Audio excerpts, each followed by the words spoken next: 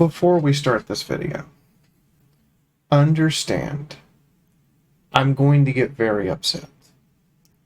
Understand I'm going to get very ranty. This is a 3-hour fucking video. Of course I'm going to get ranty. However, it is not because I hate 40k. It is not because I hate Warhammer.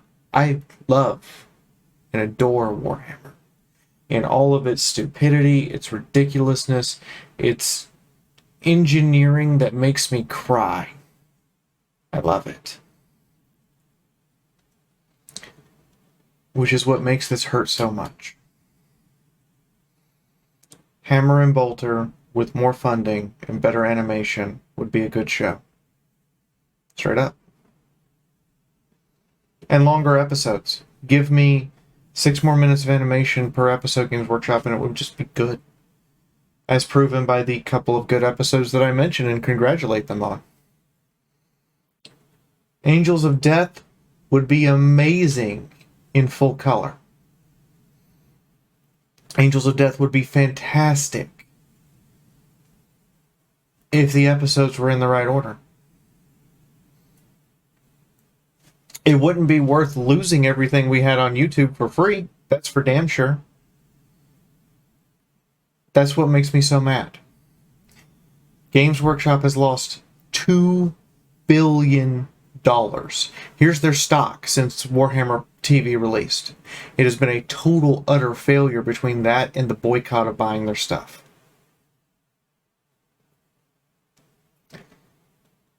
Yet some people are curious if Warhammer TV is worth it.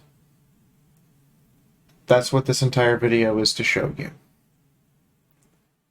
So sit down, get some popcorn. We've marked sections in the description so you can stop, mark where you were, and come back. But by popular vote, here's the vote. By the hair of the chinny chin chin, you guys wanted this as a solid 3-hour video. So here you go. I'm on an airplane back home to the States, or I am resting from said airplane. I will respond to your comments when I can. Enjoy the video. Thank you for coming. And understand, I truly love this setting and can see the potential. And that's what makes this so infuriating and frustrating.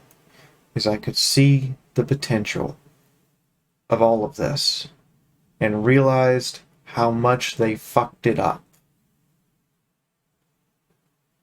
We're past the 3-minute mark. Yeah, we're past the 3-minute mark. I can say the F-bomb. Cool. Thank you. Enjoy the video. Alright, boys and girls. Mostly boys. I know. I checked my YouTube algorithm. It's mostly boys. I have gone through 6 days to get this video up. It's a long one. I'm not sorry. I'm not going to apologize at any point during this entire video for what I am about to do. I was requested in September by a patron to review Warhammer TV. I refused. And said I would wait until the beginning of the year. Well, guess what? It's 2022. My language is going to be all over the place. Deal with it, YouTube. Just deal with it. The first 30 seconds is passed here. We can have some fun. I paid the fee, as you can see on screen, to do this. That's going to be important later because this is going to get really fucking dumb. I put on makeup for this review part. I made myself all nice. I have some tea and some water. And I'm going to be recording for like the next 3 hours because this is a comprehensive review. There are going to be spoilers for everything.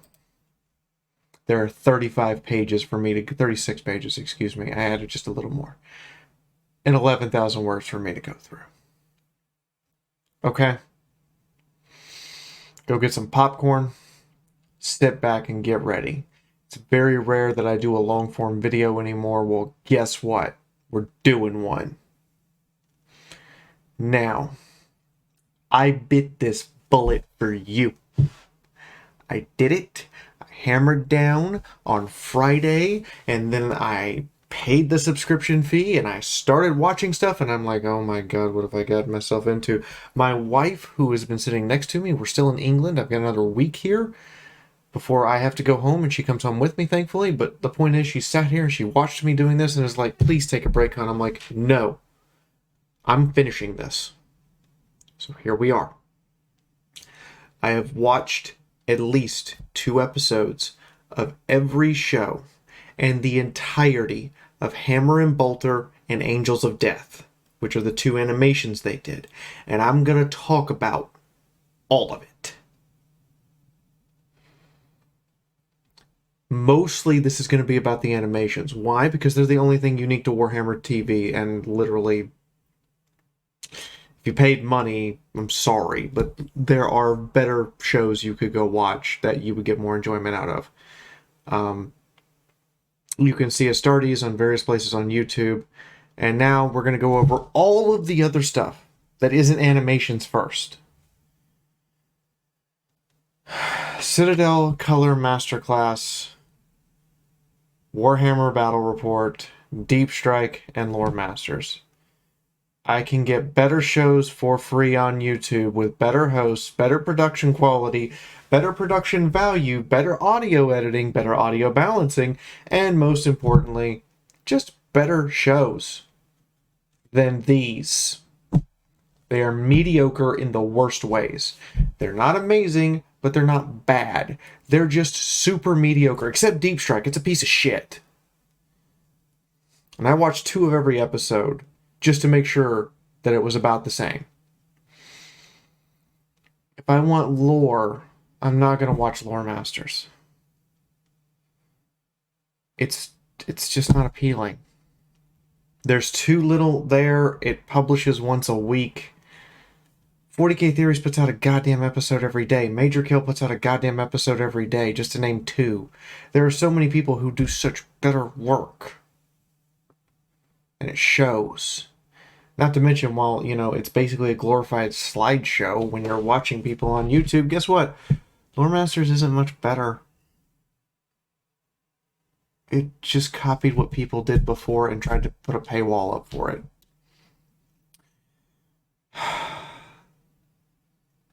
The Painting Masterclass.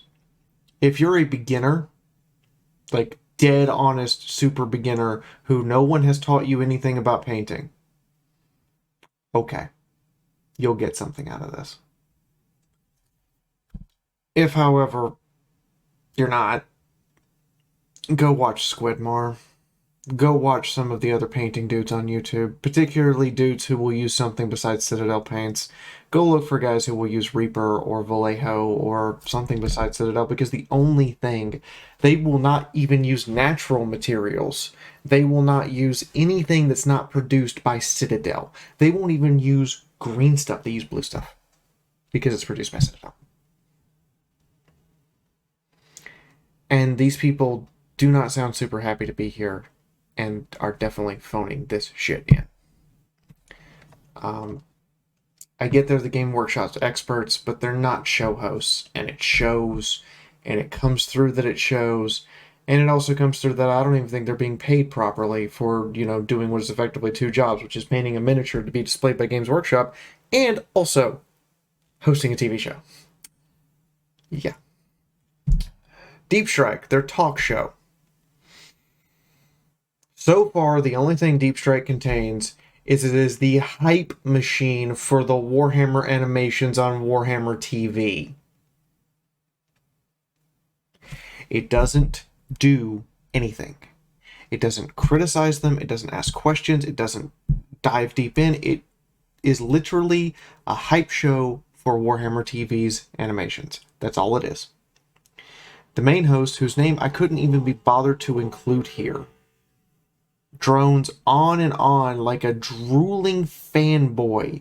I would rather listen to Handsome Jack on repeat till my ears bleed. You know, Handsome Jack from Borderlands. Than this guy. He grinds on your nerves with how happy he is and is so irritating that no one in the show is allowed to present any form of critique, criticism, or actual analysis. All it is telling you what corporate wants to tell you that you should get from these shows. And ignores all the flaws and problems with them. Fuck these guys. There's a long-ass list of better podcasts. Adeptus Podcast comes to mind. Don't go watch Arch. Arch is a piece of garbage who we don't want in this fandom to begin with. There, I said it. I said it. I said it on Twitter earlier today. But yeah, these are... No, do not... The Deep Strike is by far the worst talk show I've ever seen. If it can even be described as a talk show. I'd rather be drunk and watching Howard Stern at 3 a.m. and barely conscious and just laughing my ass off at how stupid some of the stuff he says is. And I hate Howard Stern with a passion. If I want stories, their battle report is the most garbage of garbage. Imagine for a second, if you had a Let's Player who wasn't allowed to show any emotion, give any real reaction, and do anything but narrate what's going on. There is no production value to these whatsoever. The hosts are not actors, and it's clear they're not actors, and it's clear that they're not super happy to be there, and that all their smiles and all of their enthusiasm is forced. The camera work is super subpar. Vast majority of the time, the camera's just doing this. Straight down. Whereas if you go look at other shows, they bring the camera down at the table and move it around and shift and like try to make the battle more animate, and they talk about it and they have people going back and forth. It doesn't happen. Furthermore, there's no dice camera zoomed in where you can see the dice. Unless you're sitting on a 2K screen, can you make out what those dice say? Because I can't. They could literally use this as a DM screen of smoke and mirrors to lie about the rolls to drive a script they have instead of actually trying to, play the game. It's that bad. This is terrible, and there are actual things on YouTube, such as Battle Report on YouTube, that has more effort, actually has special effects, has like smoke generators and all sorts of shit, has better models. That's the worst part. They have better modeling and better painting, and they even don't use all Citadel paint shit. Oh my god! Better showy graphics, better narrations. They even have some custom animations in parts, and they sound organic and happy to be there. These guys on Warhammer TV not only don't sound organic, I think it's scripted with how their battle report is presented. I wanted to give them some credit that they could do an actual battle report show. And no, they can't. It's bad. It's really, really bad. Moving on. That's all the stuff that isn't animations. I wouldn't even pay 50 cents for that, much less $6 a month. Oh boy. Let's get into their flagship show, Hammer and Bolter. Because Astartes is freely available on YouTube. You can still go get it on YouTube and Dailymotion and a bunch of places. It's available. It was just taken down by its original creator because he now works for them. Which, by the way, some of the work he's doing is great, and some of the work he's doing is... We'll get to that. Hammer and Bolter. First off, Farside Animation Studio is a separate studio outside of Games Workshop who is doing this. And they have some genuinely good quality shit that isn't this. They have an S-tier super elite team, they have an A team, they have a B team. These are the C team interns who like 40K. I'm saying that at the end so you understand when I get emotional about this in, a couple hours, why. But Some of the problems that we're going to be talking about. First off, the show averages 15 to 20 frames per second, and in some cases, it's one frame being screened across like a slideshow.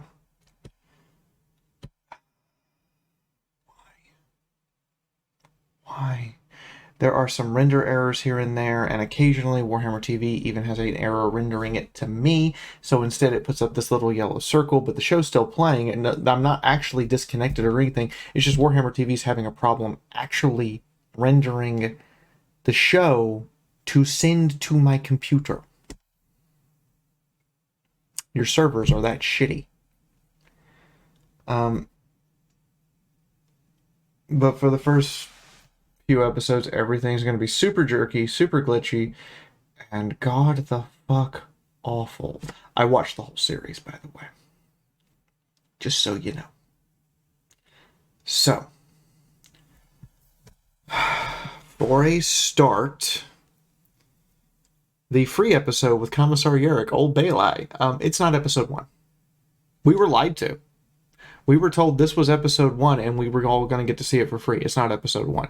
Episode 1, you're not allowed to watch. It's called Death's Hand. Can't watch it. I don't know why I can't watch it. It just tells me I don't have access. I get the feeling that that access is restricted behind buying a year subscription. So someone else who actually has Warhammer TV, can you tell me why I can't watch episode 1? That'd be really appreciated.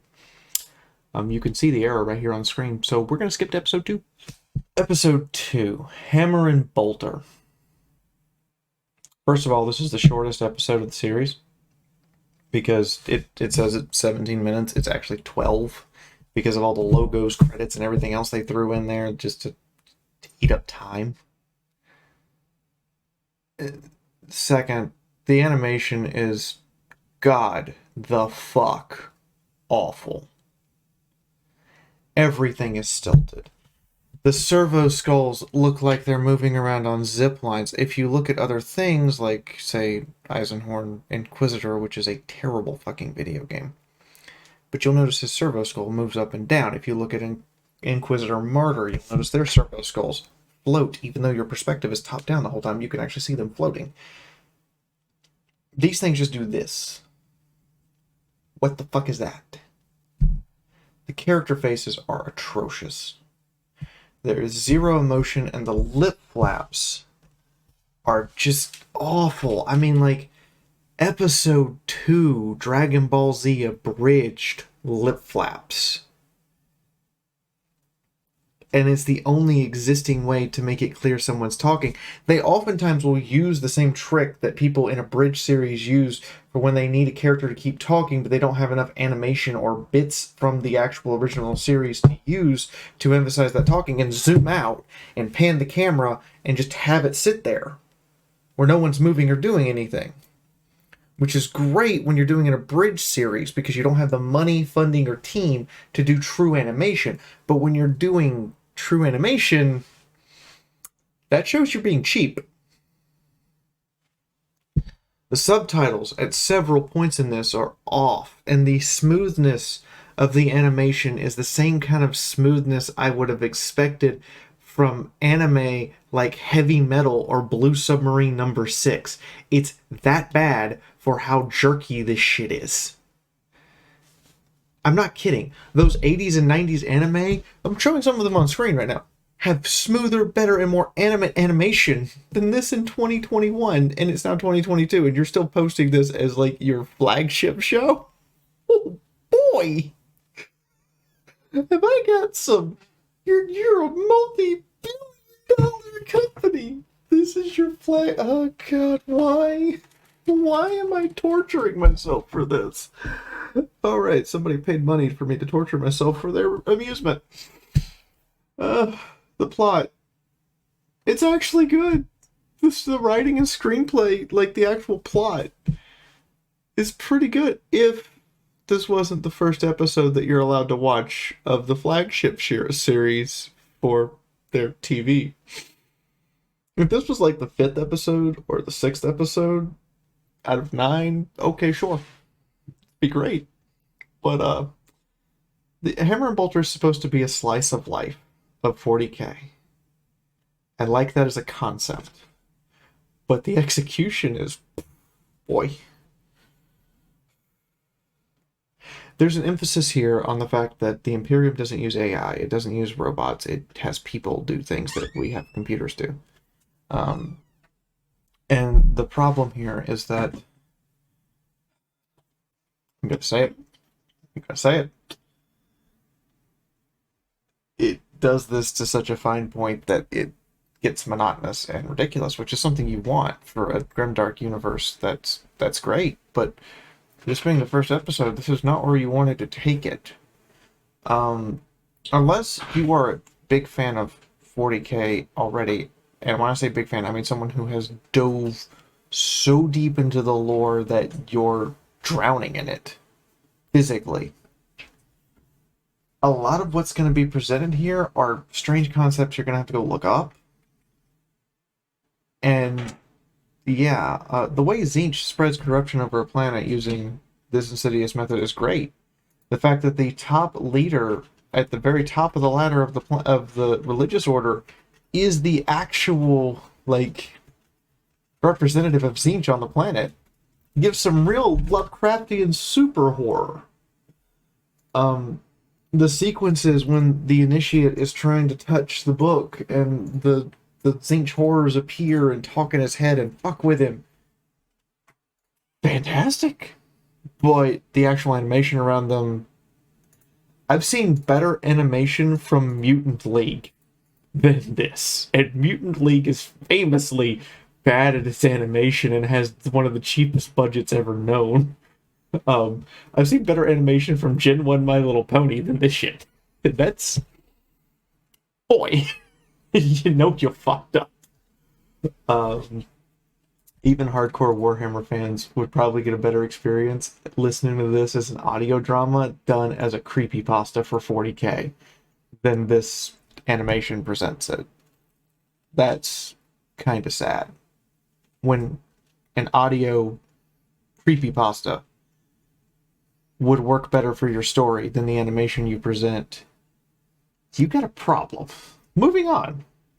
Old Bale Eye, the episode we've all seen, you know, the free one that was only free for 24 hours.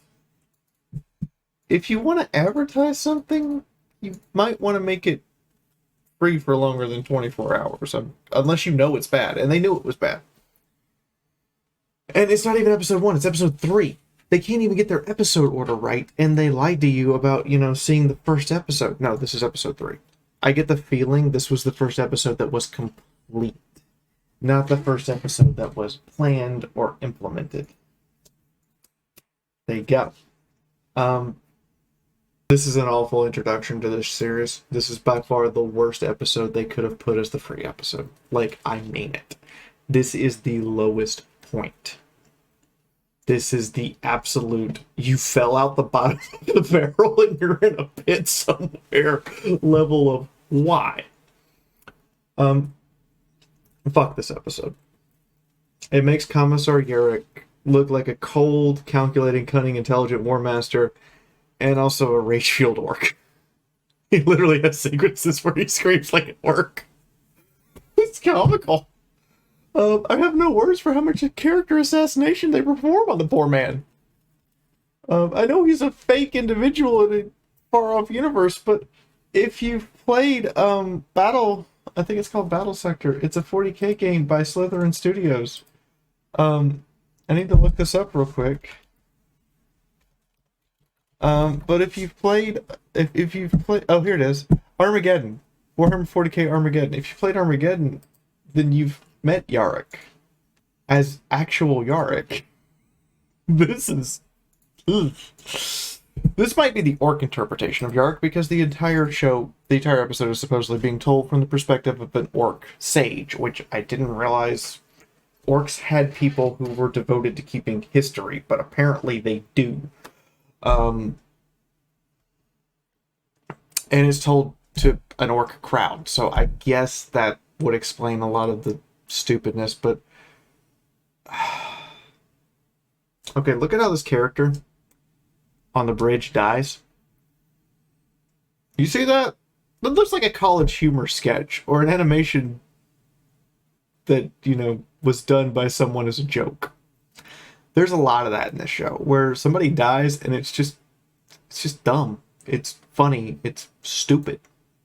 It doesn't sell the point. It doesn't make the universe look like, I get the point of them dying that way was to make the universe look uncaring, callous, cold, and dark, and it comes off as comical. Like, there's a certain finesse you have to play when you want to make stuff look dark and grim and brooding. And if you cross that line, it just becomes stupid. And they cross that line repeatedly. And look at these scenes. I'm not freezing the frame. Here, I'm actually showing you the control interface in these recordings. These frames are not frozen. This is the animation. I'm not editing this in any way. This is the show. Do you want us excited when you presented this as the free episode? And there's entire sequences in this that are just a slideshow. It's literally, here's a nicely drawn picture, and we're going to pan across it and pretend stuff is happening. And then we're going to go in and CG and, you know, gun effects and other stuff to make it a little more animate. Go fuck yourselves.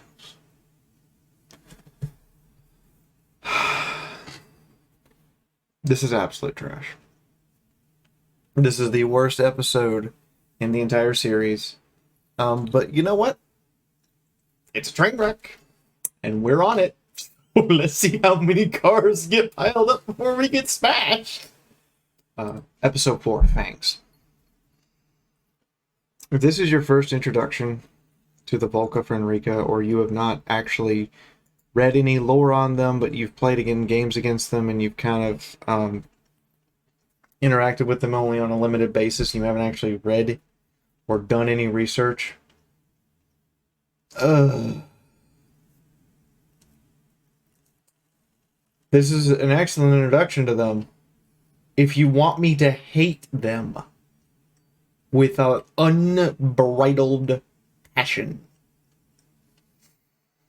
Seriously, they send out the entire plot of the episode is they send out 3 initiates to find the incisor fangs of creatures they have to hunt, kill, and rip the fang from and return said fang. They're given a knife, no clothes to provide any protection from the elements, and by the way, the weather in this is animated beautifully. Like, the things that aren't creatures, like people or creatures, are animated amazingly. So like the cave walls and the snow and the water and oh, it's just wonderful. But I'll get to that in a second. The point here is these fangs aren't even trophies. They are pieces, like chess pieces, for a war game that the senior Volca Fenrica are playing. A war game in which they often accidentally destroy the pieces. They wasted 3 initiates who had gene seed implanted so they could play a board game? Why would I like these guys? They suck.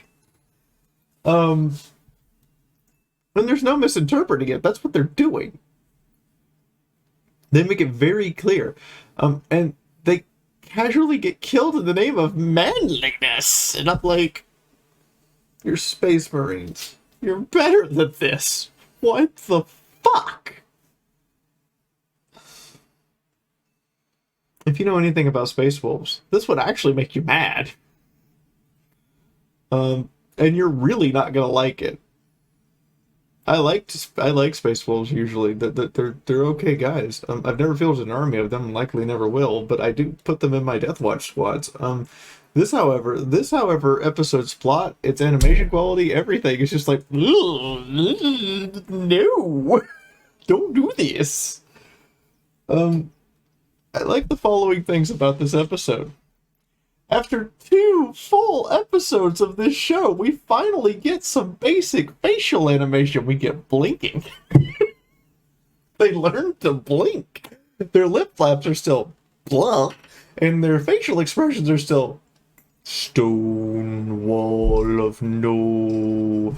The only real expression you get is from the voice actors, who are genuine and actually good. The voice actors and writing is good. Like, that's the animation is but one of the biggest problems I had watching the whole episode is I'm not sure you guys will have this problem, but I swear that the Volca Fenrica at the table are all done by the same voice actor. I'm not entirely certain because the credits published online don't list who did what, but I swear they're all done by the same person. That might have changed by the time I record this review, but by the time of recording, yeah. I don't think they actually credited the voice actors or the audio or half the fucking team who did this. They especially didn't credit the writers. Like, Hollywood had a writers' strike because they weren't getting properly credited or paid. What the hell do you think is going to happen here if there's no credits? I'm going to have to go back and check. I like the following, they're, the beer pouring, the weather effects, the water effects, the environmental effects are great. They're animated wonderfully. I can see the Tarkovsky-inspired animation like Samurai Jack or Primal, but they completely fail with that animation when the faces don't really move, don't match, and the eyes don't do anything. One of Tarkovsky's greatest things about all of his shows is the eyes of his characters are like thousands of man-hours of animation and animation cell to make them work. And here they're dead, or all they do is blink. I like that they blink. That's an improvement, but that's not saying much. This scene, however, can be summed up with everything wrong with Hammer and Bolter in one shot. Why would a predator who is trying to capture prey, who wants to eat prey, who has a sense of self-preservation, leap, see the edge of the cliff, see he's got the prey pushed back to the edge, and the prey has nowhere to go? Why in the Sam goddamn hell would an animal leap into them at full speed and send both of them flying off the edge? Did it just forget that it's hungry and that's its motivation? This is like some dumb macho shit that doesn't make any sense. If it was done, if you reversed it, if you had the Space Marine initiate pursue an injured wolf to the cliff edge and see no alternative but to shove it over the edge with him, that would make sense. If you had the wolf pounce on him and they wrestle for a second and fall off the edge, that would make sense. Having the wolf leap into him and send them careening off the edge uncontrolled? Show me I want to see a predator animal do that who has no ability to fly. Like, I want to see it on film. They don't. I know. My wife here. Hold on. You have a degree in animal husbandry, right? I have a degree in animal psychology, cognition, training, learning. Animals don't do things that are directly suicidal. Look, ride a horse and just ride it near the edge of a cliff, alright? That horse is not going over the cliff, it's gonna stop because it knows. The horse will throw you off. The horse will throw you off that down if it thinks you're gonna try and get it over the cliff. Yeah, so this sums up everything wrong with this. It's like the directors forgot what motivation is. And, whoopsie. If they just flipped the scenario, it would work, but they don't, and it doesn't. And in one of the shots, we clearly see this Marine is drowned. This initiate is drowned, but then he suddenly punches through the surface, and I'm like, when you black out underwater, you don't miraculously come back to consciousness. I'm sorry, it's not how it works. You die. Unless someone or something pushes your head above the surface of the water to reignite your lungs with air. You slip into a coma to prevent damage to your lungs and heart, and then you die. That's how being unconscious underwater works. So yeah, this episode is... The ending is contrived, and Deus Ex Machina, and the episode's painful. It will make you hate Space Wolves. Episode 5, Question of Faith. I needed alcohol here. I went downstairs and found booze in the pantry and took a shot. I needed coffee to get through this at this point. Because I was determined to finish Hammer and Bolter on day 1. And I really wanted something to make myself feel better. It wasn't because I was falling asleep. It was because I needed something to feel better. Because at this point, I was in pain from how bad this is. Like a lot of you, if you want to understand my interpretation of this episode, please listen. Okay, one of the number one issues with Hammer and Bolter is its slice of life. But it's not long enough in episode format. Understand, the episode length is the same episode length you'd get out of a TV show if it had American levels of commercials. These are not 30-minute episodes, they're 16 to 20. Some of them are longer than 20, and those are the ones I actually kind of appreciate. We're getting there. We're getting there. I swear to you, after all of this pain and agony, there is something here. It's not worth your money, but it's here.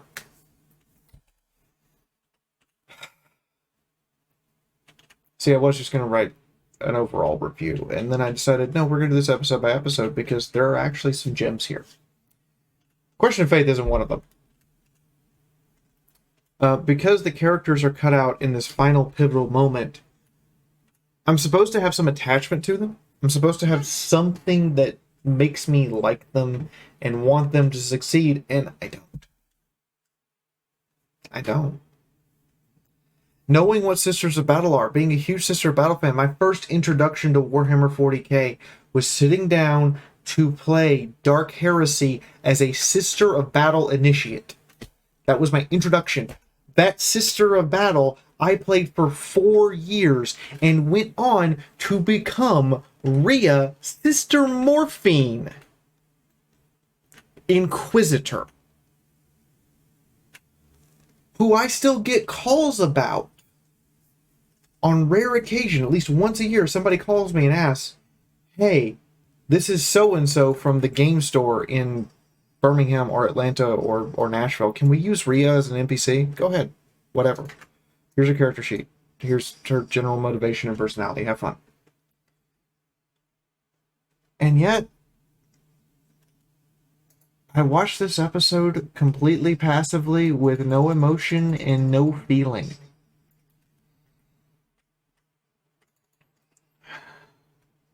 It is illustrated why these episodes need 5, 6, 7 more minutes for Hammer and Bolter by Question of Faith. If the two sisters in question had more screen time to just be Sisters of Battle outside of combat, I would have more feeling. But they don't. Question of Faith illustrates why Hammer and Bolter, in its current format, is an absolute failure. Yes, I understand one sister's having her faith shaken, and I don't understand why she doesn't get up and help with the candle, though. And I understand the other still has unquestionable faith, and they have been driven back into a sanctum shrine by cultists of Khorne. But that's basically the whole episode. I don't understand the relationship between the sisters in arms, but it just feels out of place and wrong. I want to get into this. I want to really actually enjoy this episode, but damn it, it just disappoints every time it tries to lead to something. Just as they look like they're going to get real character development, real philosophical understanding, like they're actually going to have a conversation. Cultist barge into the room, combat starts. combat is passable. Like, there's some actual fluid motion finally. And the combat is followable. I can understand what's going on frame by frame. The bolter is pathetic. Like, the impact it makes on a human body, that's what a bolter does. It eviscerates and liquefies people.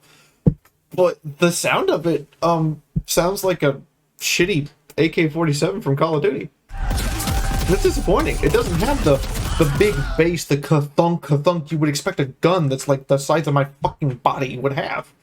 There are other issues with this. The audio balance is kind of off for this episode, and it really shows between episodes when you constantly have to adjust your speakers.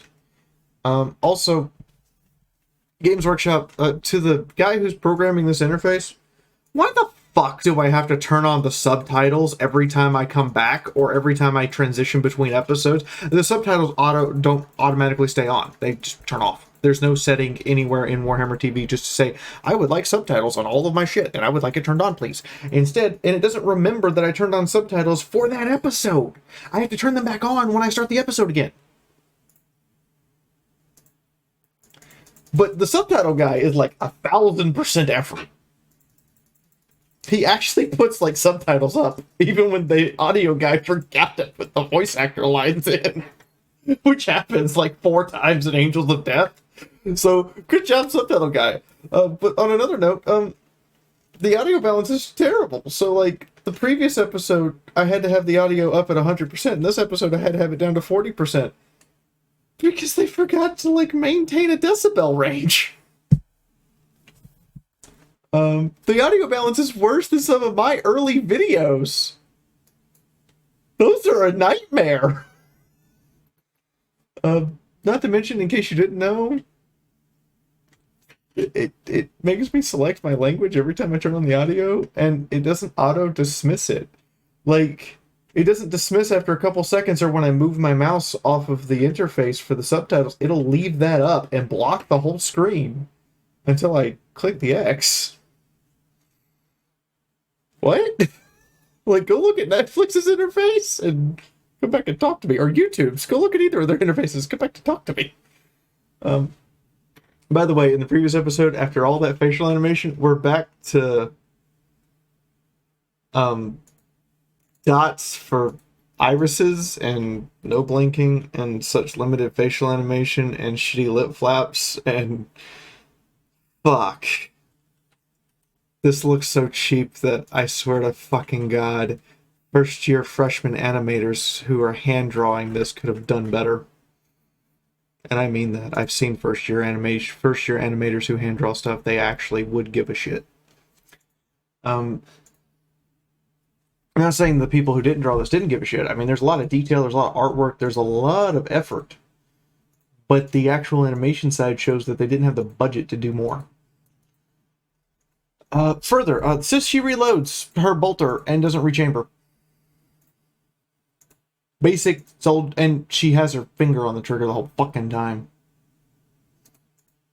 That's how cheap this animation is. They couldn't be arsed to animate her removing her hand from the trigger, grabbing a clip, pushing it in, cocking the bolt, and then positioning it with her finger like this to not put her finger on the trigger. Instead, she reaches down with the hand that's holding the stock, most of the weight of the gun, and just slams a clip in and puts her hand back. That's not how you reload. Fuck!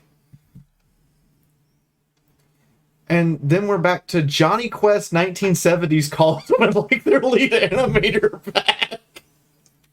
Fuck. The pinnacle moment, the absolute climax of this episode is completely destroyed by going back to 1970s Johnny Quest animation. Shit! Does this look like a saint rising from the corpse of a fallen sister to you? This is awful. Bible stories had better saintly resurrection than this, and it was Christian-funded children's shit. Oh my God. Okay, I'm sorry. The ending is fitting, I guess. Once you witness a miracle, I guess you would have unquestionably unshakable faith, but, why is she still in power armor? She's blind. No Sister of Battle would still be in power armor once they've been rendered sightless.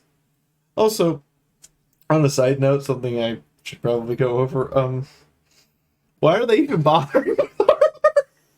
I'm sorry, but fuck. Their armor is tissue paper. Normal humans, not augmented by corn, stab right through it with plain old swords. It's not a chainsword, it's not a power blade, it's just a shaking stick. Shank. Also, just like, why? They may as well not even be wearing the armor.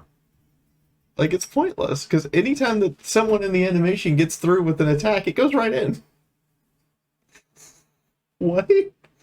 That's not power armor, that's tissue paper. Okay. Alright. I've gotten through 4 episodes. Remember, we're on episode 6 because we can't watch episode 1. I've gotten through 4 episodes of this train wreck. Episode 6. In the Garden of Ghosts. Thank fucking Christ.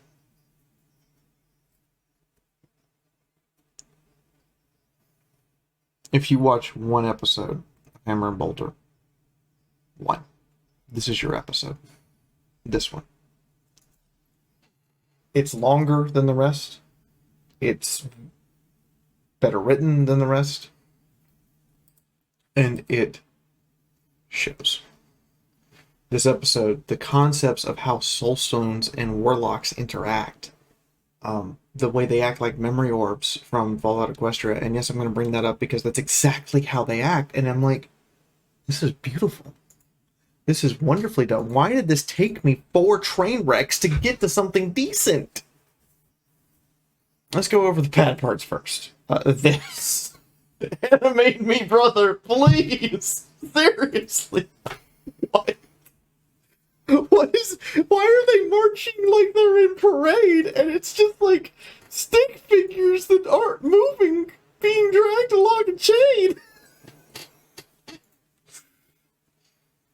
Also, straight up, I want to congratulate Games Workshop on one thing. They straight up had no problem just burning the Ultramarine reputation hardcore. If you've never been introduced to the Ultramarines or you've never actually read any lore about them, and this is your primary lore introduction of them committing genocide against civilians in an Eldar craft world, fuck yes!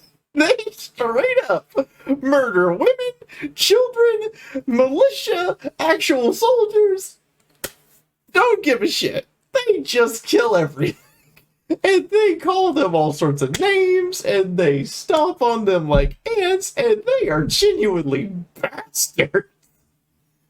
Thank you. This is 40k. This is Purge the Xenos I would expect from Space Marines. It is dark and wonderful and beautiful. Thank you. This episode is a much better introduction to 40k, and if you wanted a pilot episode for this series, this is it. Not only that, real emotion. Voice actors that match animation, that has effort and guile and above and beyond for what I was expecting. I got to this point in the series, and I genuinely thought to myself, why are you doing this to yourself? You've been here for 2 days. This is god the fuck awful. And then I watched this show episode. When the artist, animator, director, writer, they care and they all line up, this is what you get. And it's not even humans that I'm getting this from. It's Eldar. It's fucking Xenos who view us as monkeys. That's actually canon. The hate and rage in the Space Marine voices, in their actions, in the way they're animated with their actions, is goddamn fantastic. Well burns, alien. As well as how they rush to their comrade's side as soon as their comrade is threatened. How they fight is just this brutal assault, and the Eldar fighting back with grace and guile and style, and sometimes it works, and other times it just fails horribly. And then how the Eldar are the real emotion. The draining and slow spiral into madness of the Warlock. The murder and annihilation. His friends who are back in, not in the memory scape that he's in, worried about him, chasing after him, letting him ride the Soul Stone. As you watch an entire world floating in space die, knowing full well the characters can't do anything and they're just in a ruin. But he's witnessing all of this firsthand. It's just so amazing how even the voice actor loses himself and acts like the Warlock officer who's with the officer who's with him. I forget what he's called. He's a striking scorpion. I forget what his actual rank is called. I think he's an exarch. But the way he acts like him and everything, because he's lost in the memory. And the subtitle guy, he is giving this massive over-the-top effort. He subtitles in fucking Eldar. It doesn't matter what language you set your subtitles to. When the Avatar of Cain is screaming and dying, the subtitles are in Eldar. The mother and child relationship in just 3 minutes genuinely makes you feel like this is a small elementary school child who is being ripped from his mother's arms and doesn't understand why, and has been watching he and his mom's friends get massacred. The sadness and the screaming you want to do at her, as you want to yell at her, go with him, but she's a guardian militia. She has to do her duty and put her helmet back on and turn around and fight to the last, to let everyone that can flee. Buy them time with their lives.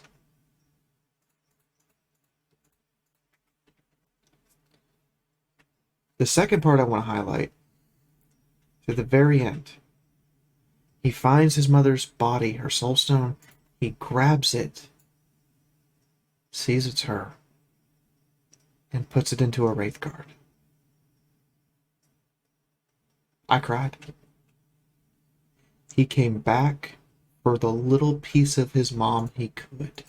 And then you see the real relationship between Wraithguard and Warlock, or Wraithguard and Seer. They're not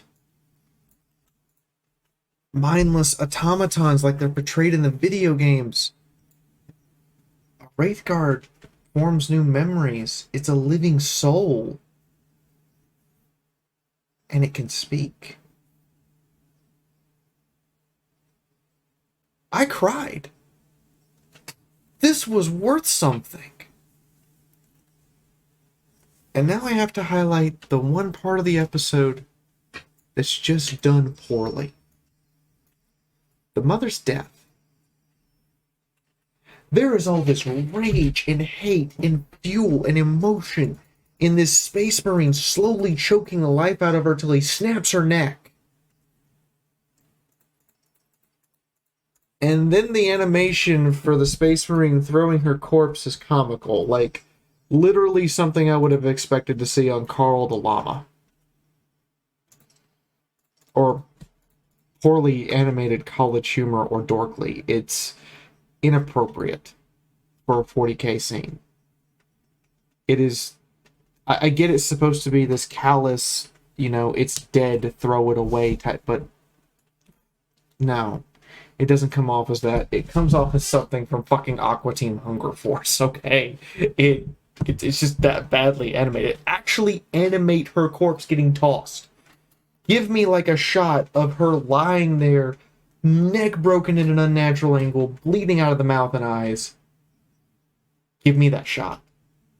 Or don't do that.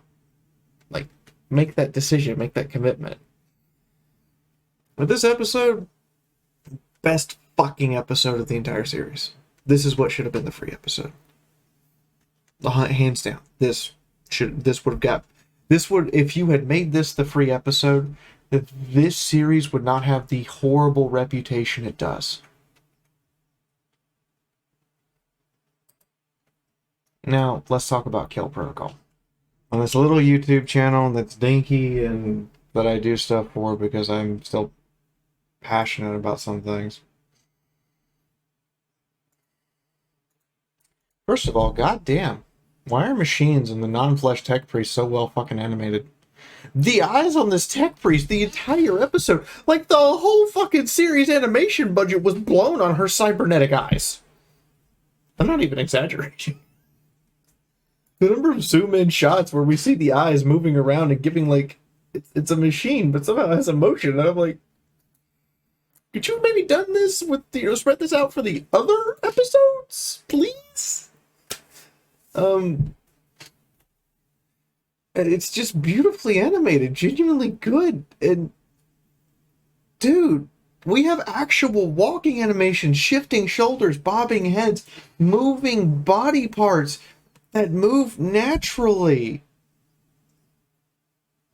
Like, feast your eyes upon this sea of horrible charcoal, and oh look, you found the one animation diamond.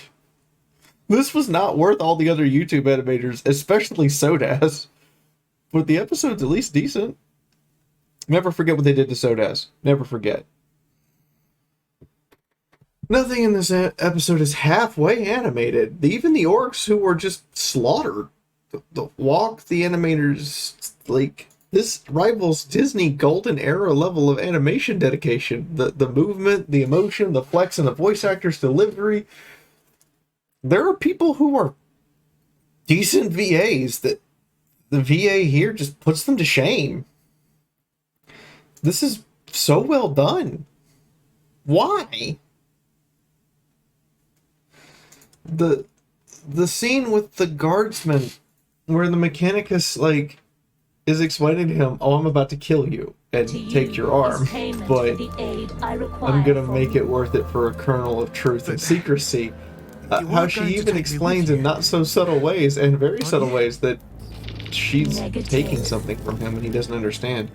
How she begins the episode with no hope and enthusiasm and everything is calculation and numbers, and then ends the episode with, there's other archaeotech. See, look, there's a 0.001% chance that there's something there. Let's go. I mean, there's this pivotal moment where after she issues Kill Protocol, the Castellan robot, like, holds the line and does all, and you can feel it in her as a tech priest. She hates that she had to tell the robot to stay there and get torn apart. And it dies. And she kills the last orc, the final orc who killed it. And then decides that after that long journey with this piece of archaeotech that is invaluable to the Mechanicus, never let it be said that tech priests are soulless. It's just, they have the mentality that they care about the fucking toaster as opposed to people. And her protection toaster, she wastes the archaeotech on it. And I was like, fuck! Okay, I'm in. This was not worth the 2 days of torture to get to, but okay, you've got my attention. There's all sorts of little details in this episode. There's like dust. There's actual dust and debris from them walking across the desolate wasteland. Like, Disney's Gargoyles had the same level of animation that's been dedicated to this one episode, and I'm like, why couldn't you do this for the whole fucking series? I have nothing bad to say about this episode. This is good. It's good writing. Like, the last two episodes are everything that happens when the animator, artist, storyboard, writer, and director are all on the same page, all want the same thing and have the same vision, and don't care what the budget says. Good job. If you did this for, I don't know, all of the episodes, we might be interested.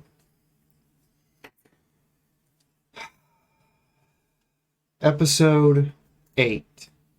Cadia stands. This is a mixed bag.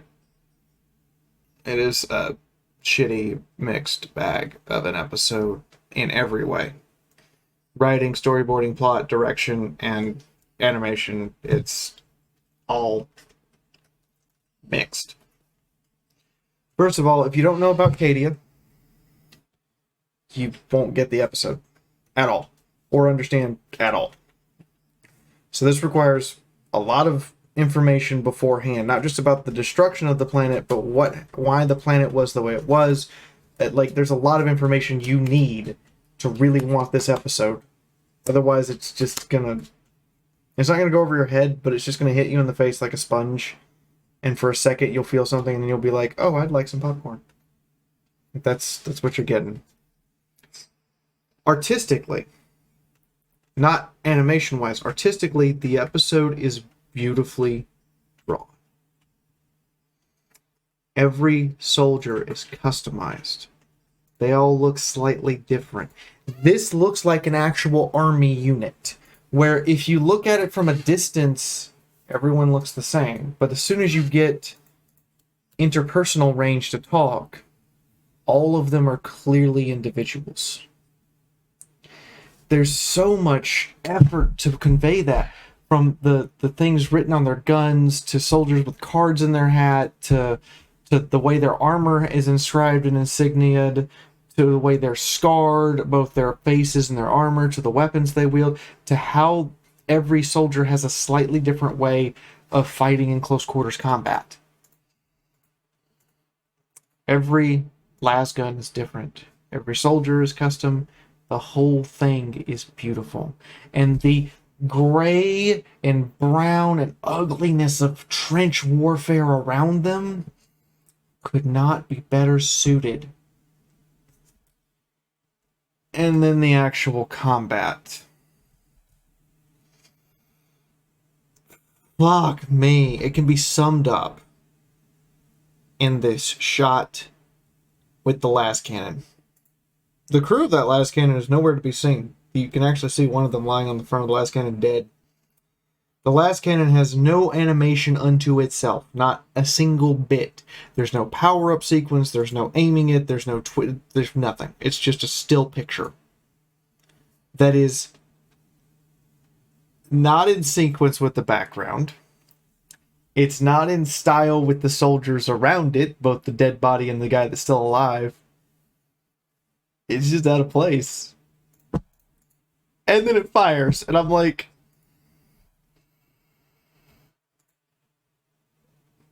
we gave up Emperor's text-to-speech device and Sodas as you pulled it from our cold, dead hands.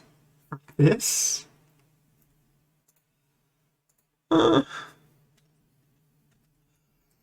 The other combat animation is at least passable. Like, it's not great. It's nothing you're going to write home about, and it doesn't really, have enough frames or stay on it long enough to make it worthy. But it passes. The Tyranids are both super over-the-top lethal and papier-mâché at the same time.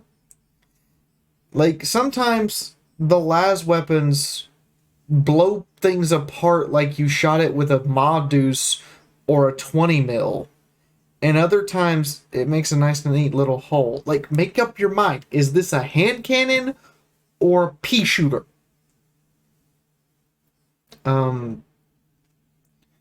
Things die in both, like, flamethrowers and poison venom and acid and all sorts of... And it's beautiful. The soldier gets swarmed by the little... I forget what they're fucking called. But the little things. Little things that devour you and then jump into the pool. I know all the names escaped me, but yeah, there's a point where I'm like, did she throw a grenade? Why? You shot the soldier with your last pistol to end his suffering. Why did you throw a grenade? Why didn't you just stand there with the last pistol and go bang, bang, bang, bang? The enemy is so non-threatening to you that you can casually walk away and toss a frag. Or you could have, bang, bang, bang, bang, bang, and then walked away and saved the frag grenade. Just saying. There's a point later where it illustrates the determination of just the average grunt with the guy they find in the pile of bodies who's just begging to be handed his gun.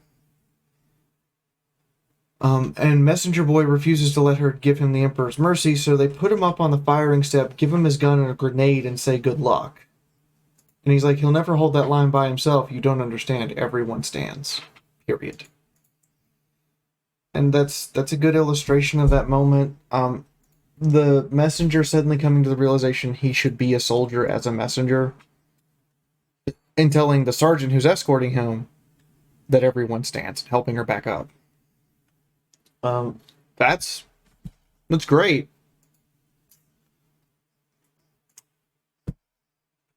We went through 2 episodes that were good, or mostly okay. And then we get back to this jerky comic book animation and this jerky shitty animation that's like from the early 90s, like early 90s Batman. Like 90s Batman is fantastic because of its writing and a lot of its like risks it took. But the actual animation is, there are parts of it that are just genuinely bad. Or that are just cycle loops of animation cells because they're trying to keep within budget, which is well done and hidden, but here they don't bother to hide it. That's the problem. Like, I can see the artist cares. I mean, look at this line of soldiers preparing for the assault. Look how well it's drawn. Now watch how it's animated. You can see they are doing it on a super, super budget. This is the sort of thing I could see the animator and artist sitting in a dark room, crying together, as they realize they don't have enough paper and film, and the executives above them aren't going to give them enough money. They aren't proud of what they did. It's just they did the best they could with what they had. And if they had been given the proper tools and funding, they could have made something great, and they know it. The episodes are starting to get significantly longer. There's not all this intro and outro stuff that takes up like 4 minutes now. It's like 2 minutes. So the first episode was 12 minutes, and now we're up to 18 to 20 minute episodes, with some of them going well over 20 minutes. At this Cadia stands, we get back to that shorter episode format, and the animation immediately goes to hell. I feel like Gardens of Ghost is still the best free episode, and Cadia stands. It's the same level of like, you had something and you fucked it. That old Bale Eye, the free episode with Commissary Arik is.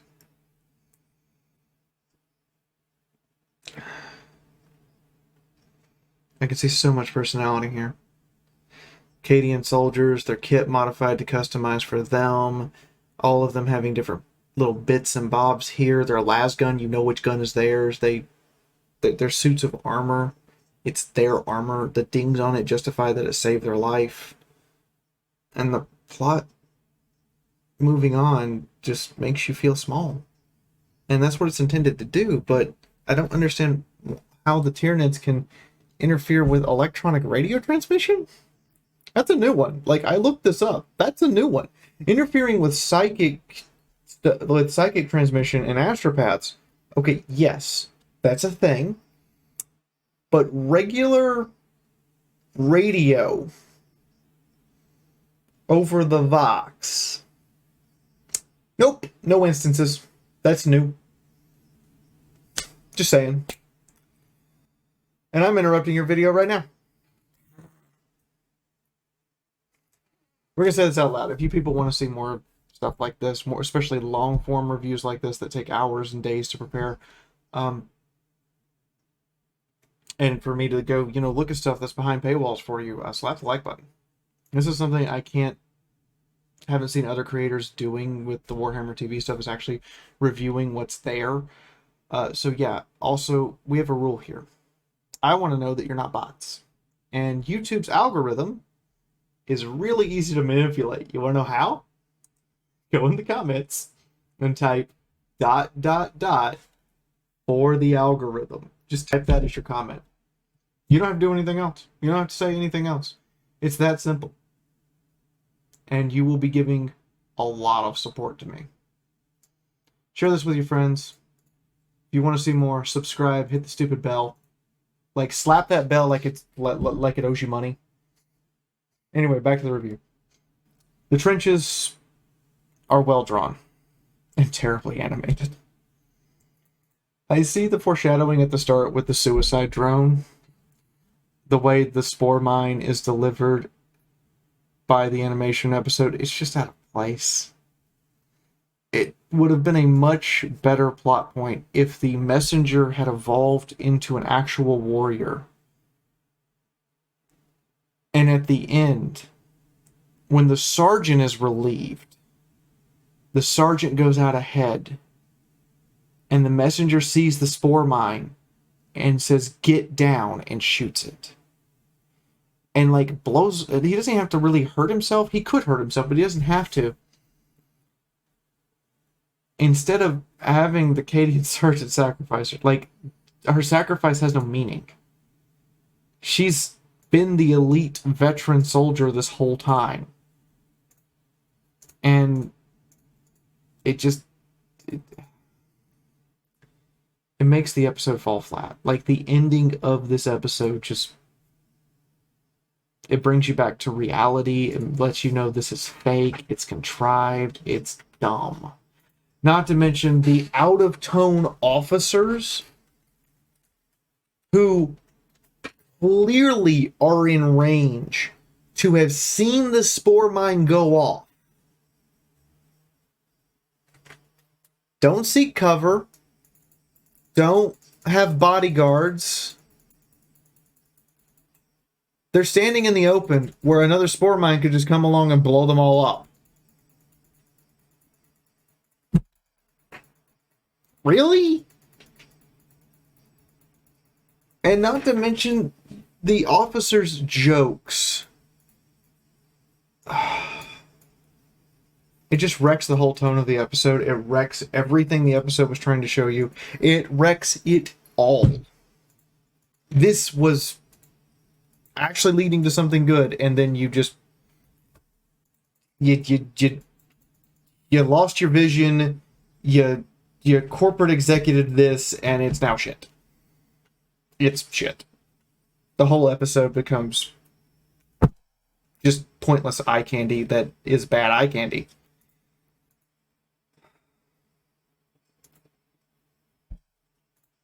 There, I said it. Cadia stands as a super mixed bag with random animation quality, frame rate, and an ending that sours the entire episode and makes it all fall flat. Eat me. Go ahead. You were all thinking it. I just said it out loud. Now, episode 9. Artifact. Oh boy. A Chaos Space Marine episode. All the novels are totally... Okay, I'm going to be honest. 90% of the Chaos Space Marine novels are somehow worse than the Salamander ones. And that's saying something. Like, seriously, Games Workshop has done the Black Legion and Salamander super dirty. And it's made Abaddon into, like, this punk-ass bitch that is like the bar that you have to beat to be like a badass. So Abaddon just gets blown up in every fucking book he's in just to prove how badass his opponent is. I'm sorry. I wasn't expecting much from this episode. I was expecting schlock. And now I've said all that. The funniest part of this episode the Chaos Space Marines aren't the protagonists. They aren't even the antagonist. And it's done beautifully, deceptively, nuanced, lovely. This episode spins itself on its head over and over. The Drukhari and Dark Eldar Raiders aren't the antagonist either. Everyone that we meet, that we grow attached to, that we understand, is a set piece. And you don't realize it until the very end. And then everything makes sense. And on a second viewing, you're like, fuck, shit, holy, wow. This is an ingenious plot. The animation is slightly better now. It's not great, it's just slightly better. Think Sega Genesis or Sony PlayStation. And Sega Genesis had a game called Comic Zone. Animation's about on that level.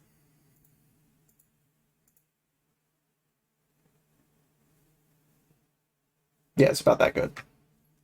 Or early, like late VHS, early DVD quality animation, freely available at your fingertips. Like it's not anything modern, but it's not anything pre-2000 anymore. And the voice acting is beautiful. I can tell that it's a different voice actor for every single character. I want voice actor credits. Like Games Workshop, you fucked up, and every voice actor union in existence will refuse to work for you because you didn't put credits. Actually, every voice actor in the world should be refusing to work for you because you're not crediting them. And I'm pissed off about it. Fuck you, Games Workshop. Properly credit your fucking staff. I should know who modeled that Space Marine. I should know who made the cast for that tank. I should know who fucking wrote that book. I should know who the fuck these people are who are doing the voice acting, because there has not been a single time in this entire series that I've been disappointed with the voice actor. I want to hire these people. Fuck you.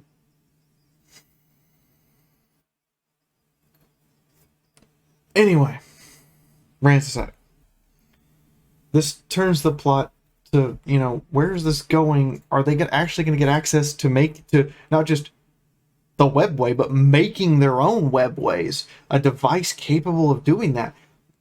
Why does all of this seem off? They even have jokes. Like, Chaos Space Marines make jokes, and they're on fucking point. They argue and fight and deliberate, and then there's still battle brothers at the end of the day. And I'm like, this is Chaos Space Marines. This is how they're supposed to act. This is how a Black Legion warband is supposed to work. Their set pieces in their ship is fucking awesome. The set piece in the Space Hulk is awesome. Like, this is decent for, like, drawing and animation and voice work. And then we get to the actual animating part, and I'm just like, it's okay. I can live with this. It's not worth my money, but it's there. And then the reveal. Oh God. One of the biggest things about epic journeys against impossible Lovecraftian horrors is the crazy old fuck at the beginning of the story was right. The Necron at the very beginning that they interrogate and blow up isn't a random Necron. It's Trazyn the motherfucking Infinite. And his reveal is bone-chilling. His personality is accurate. His voice actor is so spot on. I swear to God, it's the same voice actor from the damn audiobook, The Infinite and the Divine. One little nitpicky detail. Trazen's death mask is described as constantly being in a smile, so everyone knows that he's a troll and he's enjoying every moment of everything he's fucking doing. It's not there. It's just a flat Necron face mask. It's a little annoying, but that's a nitpick. And then the showing of his bolt and how, part of it works is cosmically space-inducing horrifying and fascinating at the same time. And then all of the things in his vault have become a fucking meme. Let's count off the things. Black Legion Terminators, Eldar Knight, a Priest Lanesh Harlequin, a Vespid, multiple cube realities that we don't know what's in them, but he probably goes and looks at them for entertainment every once in a while. Whatever the fuck that is, someone please tell me. Whatever the shit that is, someone else tell me what that is. An Enslaver, a Thunder Warrior, General Creed? A helmet from the 16th Legion pre-Heresy Horus. The actual Lunar Wolf's helmet. A Tyrannic Carnifex or Hive Tyrant. I can't really tell because I can't see the lower half of it, but it's one of those. Two feral-looking creatures that I need a close-up of. And the original book of Malkador the Sigilant that is supposed to be the guiding hand for the Sigilites, which is the organization that became the Inquisition. Fuck! One aspect of 40k and most cosmic horror and gothic horror is there are forces in the universe that are too powerful for you to comprehend.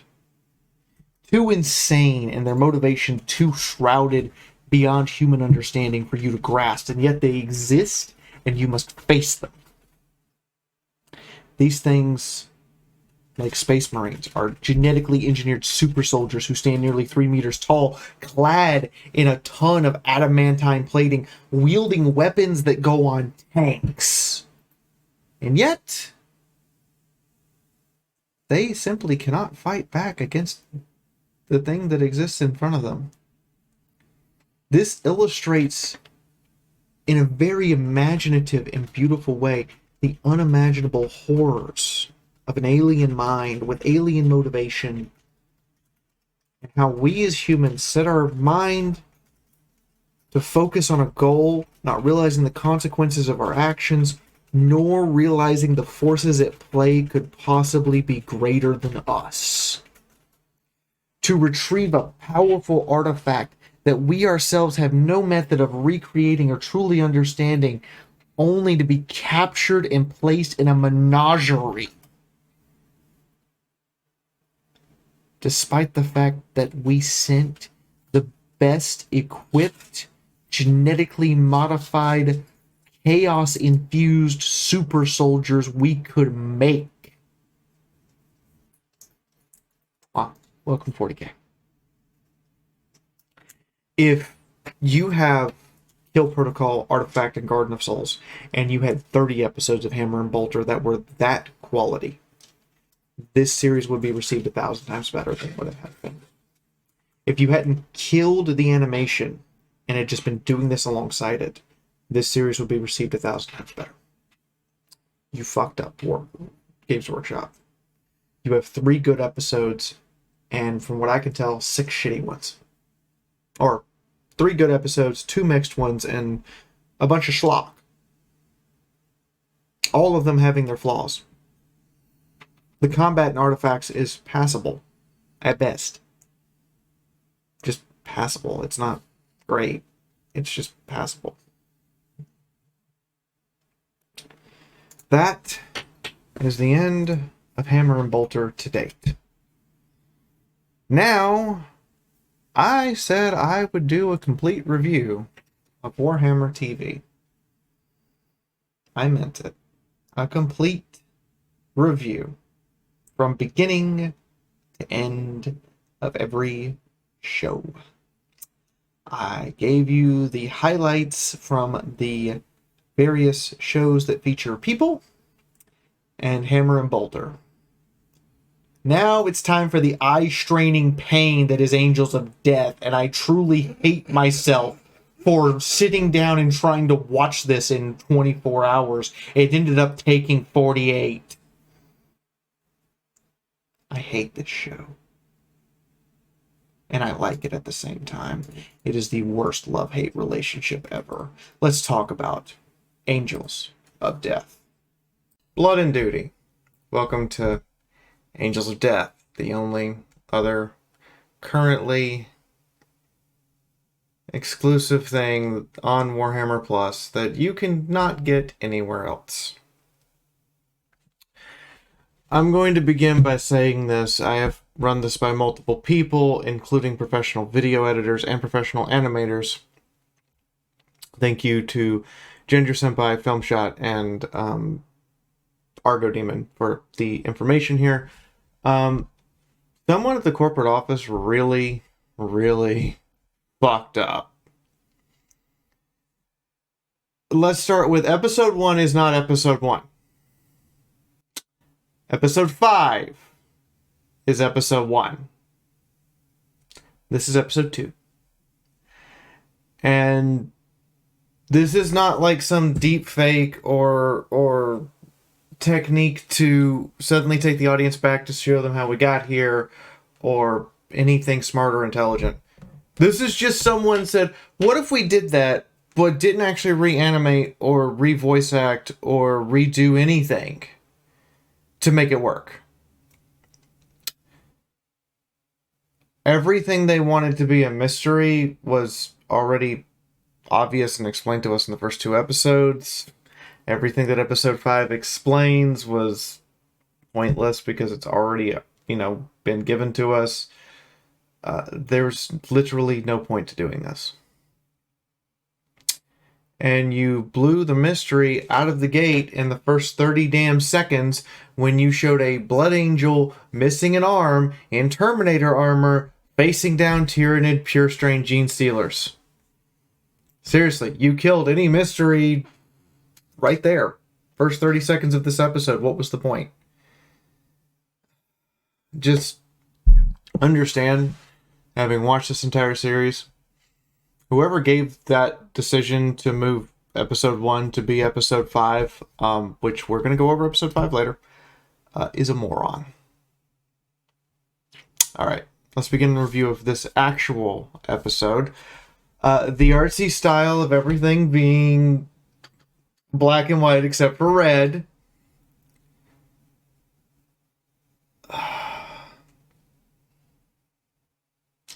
Having watched this episode multiple times and discussed it with a few people, this was clearly animated in full color. I want the full color version of this animation, please. This was clearly animated in full color. And a black and white filter placed over everything, and then the color red was not filtered out on purpose. This filter makes everything terrible and creates an absolute continuous amount of eye strain.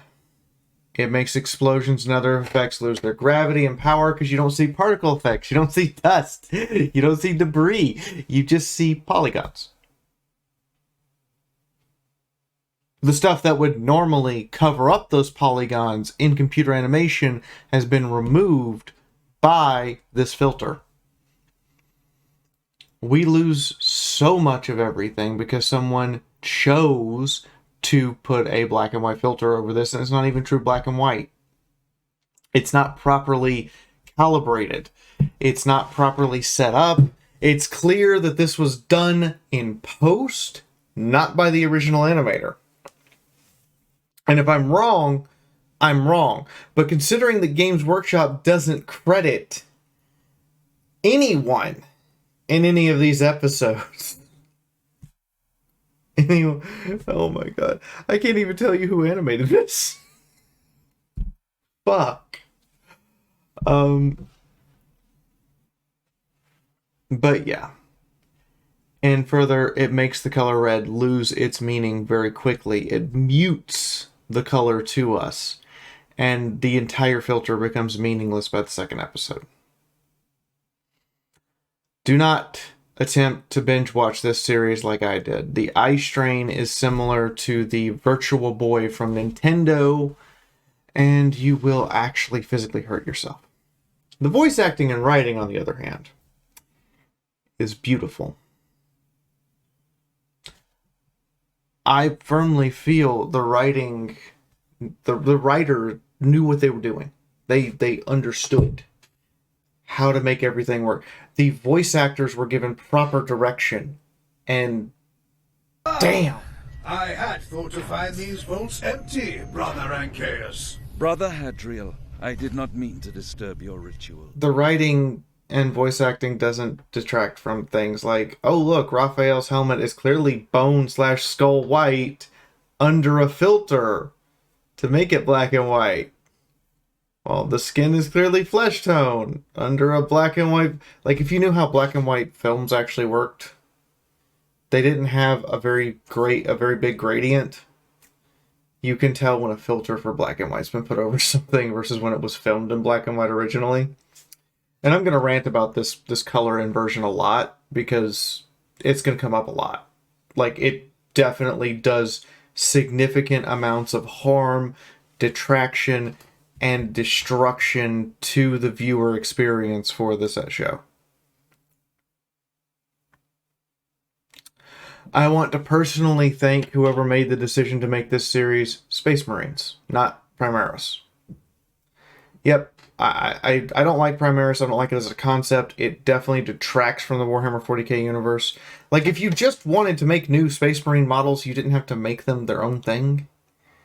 And it makes all the previous... That's an entire discussion for later, but in my opinion, Primaris Marines makes all the previous Space Marines defunct and makes stories pre-Primaris kind of feel like they've lost their power. But that's an entirely different discussion for a later video. But thank you for making this regular Space Marines. Now, the bridge. The ship bridge. Fuck, this is beautifully rendered. Fuck, this model is amazing. Holy shit balls, it's great. Thank you. The filter makes it kind of hard to look at times, especially when there's any bright lights, because the camera immediately flares out. And I'm like, there's no purpose to a camera flare here. This is definitely a filter, because the camera wouldn't flare from a normal animation if this filter weren't applied. But the lighting is clearly done for a full color experience, and the communication officer, like, look at this. This flares out the whole camera. That shouldn't happen. It's not how lighting works. The ship captain is, fuck yes, the entire series, the right amount of respect my authority and sass. And at the same time, respect. She is amazing. Every detail about her performance, every way she is animated, shifted, changed, voice acted, line shows of her, every part of her is, yes please, this is a ship captain of a Space Marine strike cruiser who ain't got time for your bullshit. But then, the next scene, they take us into the gene seed repository.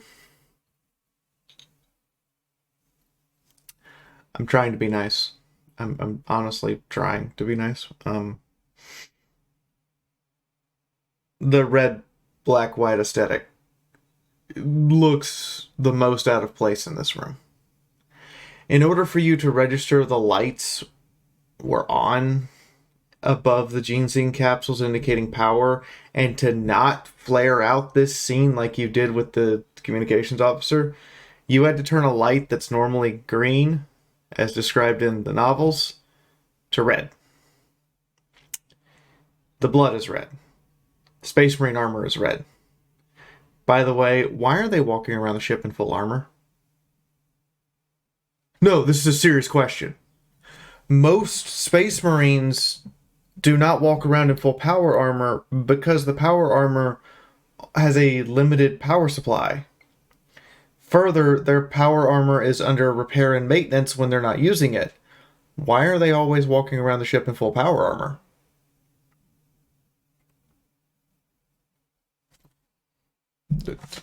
Don't get mad at me. Go read some Space Marine novels. There are entire scenes where they're not in their armor. They're just meditating, walking around the ship. Like, the Salamanders have this big thing where they sit outside their armor and do this massive amount of battle meditation before they go into combat. I'm just curious. Also, red lights on the armor, red helmets, red flashlights, red. None of that fits. This would destroy human eyes. You have humans serving on your ship. Why are all the lights red?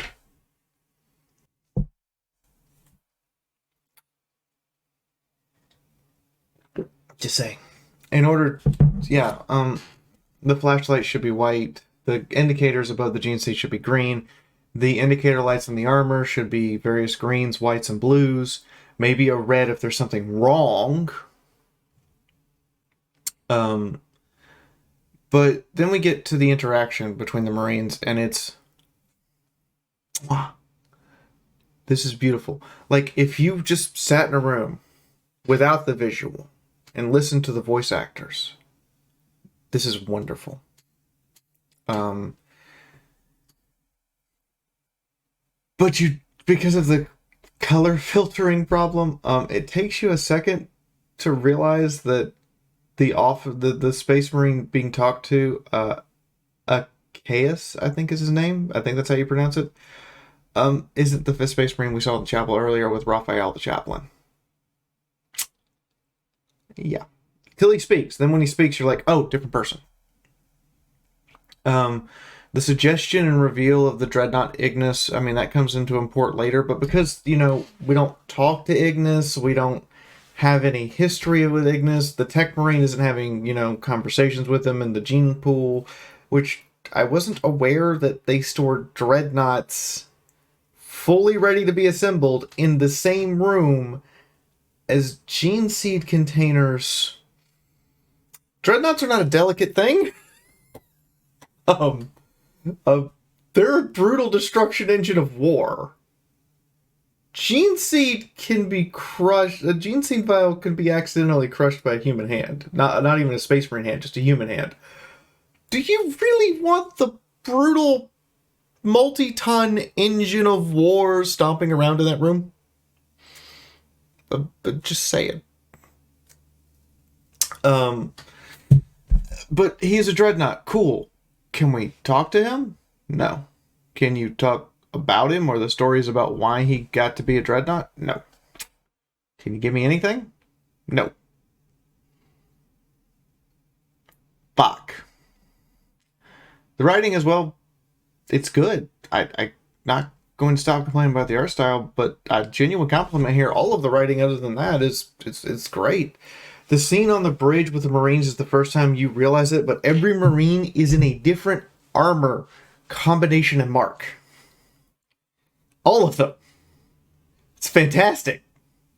It's the first time I've seen this kind of non-uniformity that is described in the books put into animation, because usually Space Marines are like wearing mostly uniform armor.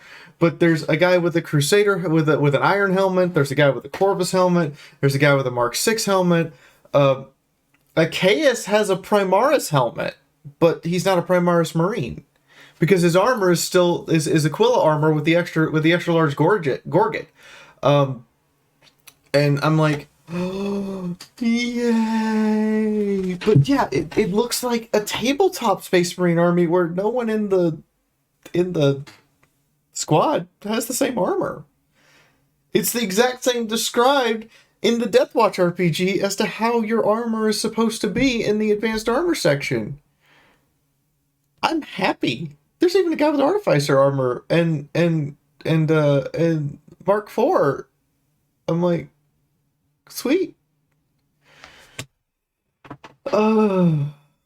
And then, like, their armor portrays what their specialization is. Like, if you know a lot about 40k, this makes you happy. The guy in iron armor, he's a flamer trooper. He's supposed to get in close and Hit him with a flamethrower. The guy in the Crusade era armor is a heavy weapons trooper. He knows his armor sensors aren't that good, and he's compensating by, rapid fire. The guy in Corvus armor with the extra advanced sensors, he has a stalker bolter later. He's a sniper. And the guy with the brand spanking new Mark 9 helmet, he's the sergeant. So that's why he has the brand spanking new armor. Thank you. The arming sequence, which is 18 minutes in. I'm gonna stop myself here. The best part of this whole episode is just before that. When all of the soldiers act like soldiers. The Space Marines act like a soldier squad when they have conflicting orders. They have a duty to their comrades in arms, their commanding officer and his command retinue, who are on the planet. Yet their orders are as soon as there is a break in the warp storm to make for Ball. There's a break in the warp storm. There's an opportunity to leave. But their commander's still on the surface. And so they're all having a fight. They're having an argument about what to do. For a good 3 minutes. This argument could sit, and the voice acting is spot on, and the way they talk like Space Marines with no contractions, speaking very clearly despite being angry and raising their voices. They talk like Space Marines. And then the chaplain does his job and starts preaching to them. And when he gets challenged on it, he goes, what better time to preach than in the middle of a crisis? Fuck! Thank you. Whoever's directing this, Space Marines. I'm going to give you that. And then when the command code comes in for an emergency authorization for the highest level of command code, which in the 40k universe for some reason is Vermilion. I don't understand why you needed something worse than red or gold. Gold? 40k Imperium? Gold? Seriously? You get to the arming sequence, and there's the full part. Like, it's a shortened version of the ritual.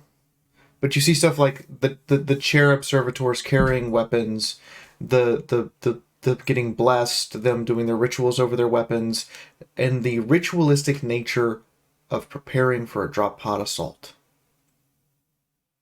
And that's the end of the episode. Good job. Like, other than the color palette, which I'm going to continuously bitch about, these are Blood Angels. These are Space Marines. This animation is good so far. Nice. Okay. Very nice introduction to the show.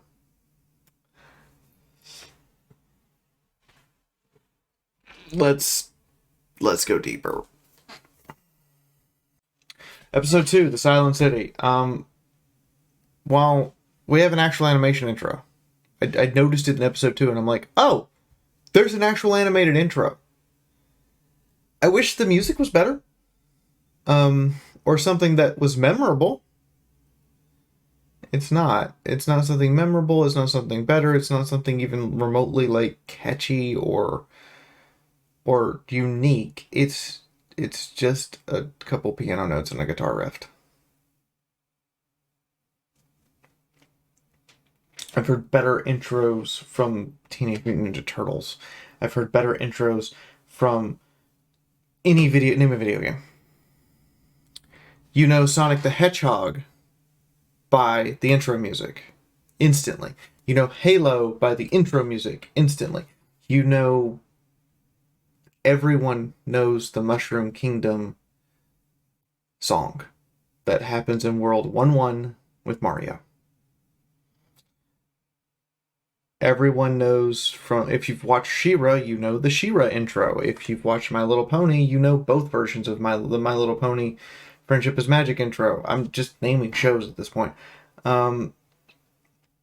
If you've ever have watched Star Trek, or any Babylon 5, or Stargate SG-1, that intro music is stuck in your head as soon as I said the name. I won't remember this intro song at all. Doesn't matter that I might have enjoyed the show. I will never. This intro music is bad. And something more significant needed to be made. Oh dear God, the color palette. We're back. We're still in this color palette hell. This is where it becomes obvious that this decision was a terrible one. This right here, stepping on a skull. We all know that's not how a skull breaks apart. We know there would be dust fragments, we know there would be little bits and pieces and particle effects, and we know that it would crunch, then crush. But because you don't have the dust and the particle effects and anything, because of this filter that are being, it's just removing them. That looks terrible. This is the first thing in this animation that's just abysmally bad. And out of place. And guess what? We're going to see that a lot. Yeah. We're going to see that kind of destruction of objects and people and other things. That it's not good. But fuck me, that looks awful. It's like details that take you right out of the immersion. It's details like that just remove you from the immersion and go, hang on a minute, what? And every time I see the color red, it removes me from the moment. It doesn't engage me, it does the opposite. I don't want to see red. I don't want to see I don't want to see red at all anymore in this show, and I'm only on episode 2. Voice acting is super spot on up to this point. Like, I cannot compliment the voice acting enough, and then this happens. There's subtitles here. I haven't muted this, I haven't changed the audio or anything for this particular section. Subtitle guy? 1000%. Audio engineer? You missed a spot. There's supposed to be a voice line here. Moving on, I'm not going to stand around and rant about this episode. It's an episode. Trail of Blood, episode 3. Wow, what an edgy name. Do you live up to it? Kind of. The chaplain out the gate, like at the beginning of this, is a master class in how to be a chaplain, period. Like, if you were playing the Deathwatch RPG from 10 years ago, and you want to play a chaplain, this dude, walking around, smashing through walls, preaching hymns and mantras like he owns the place, speaking incredibly clearly and precisely, but sounding perpetually pissed off, and making sure he can be heard over the fighting. This dude, Raphael, you are the chaplain man. Thank you. The Gene Stealer cult acts like a Gene Stealer cult. Holy shit. It's like the writing and storyboard directing team knew what they were doing, and whoever put this filter on was a moron. Instead of like the Imperial Guard would. They attack with no fear, no hesitation, no retreat. They are relentless. They have to be killed down to the individual during their attack. The entire episode is like an unstoppable force meets an immovable object, while the unstoppable force is following a trail of blood, death, and gore of where their captain went. And one of these two things will be proven false. Then this happens. Do you know how buildings collapse? Here, let me show you. That's how a building falls apart. This is how a building doesn't fall apart. Do you see the difference? And remember how I said we're going to have this problem constantly about the polygons with no particle effects, no dust, no... Yeah. I'm going to highlight it every time. that just takes you completely out of the action. It takes you completely out of the scene. It just makes you go, wait, what? And you have to sit there and you have to figure out, is that really how a building collapses? Because you have all this other beautiful, amazing stuff. But because this filter's been applied that also removes the dust, debris, and particle effects, suddenly all of the polygons from the computer animation show through. And that's not good. I'm blaming the filter, because that's what my film editor and my animator said probably did it.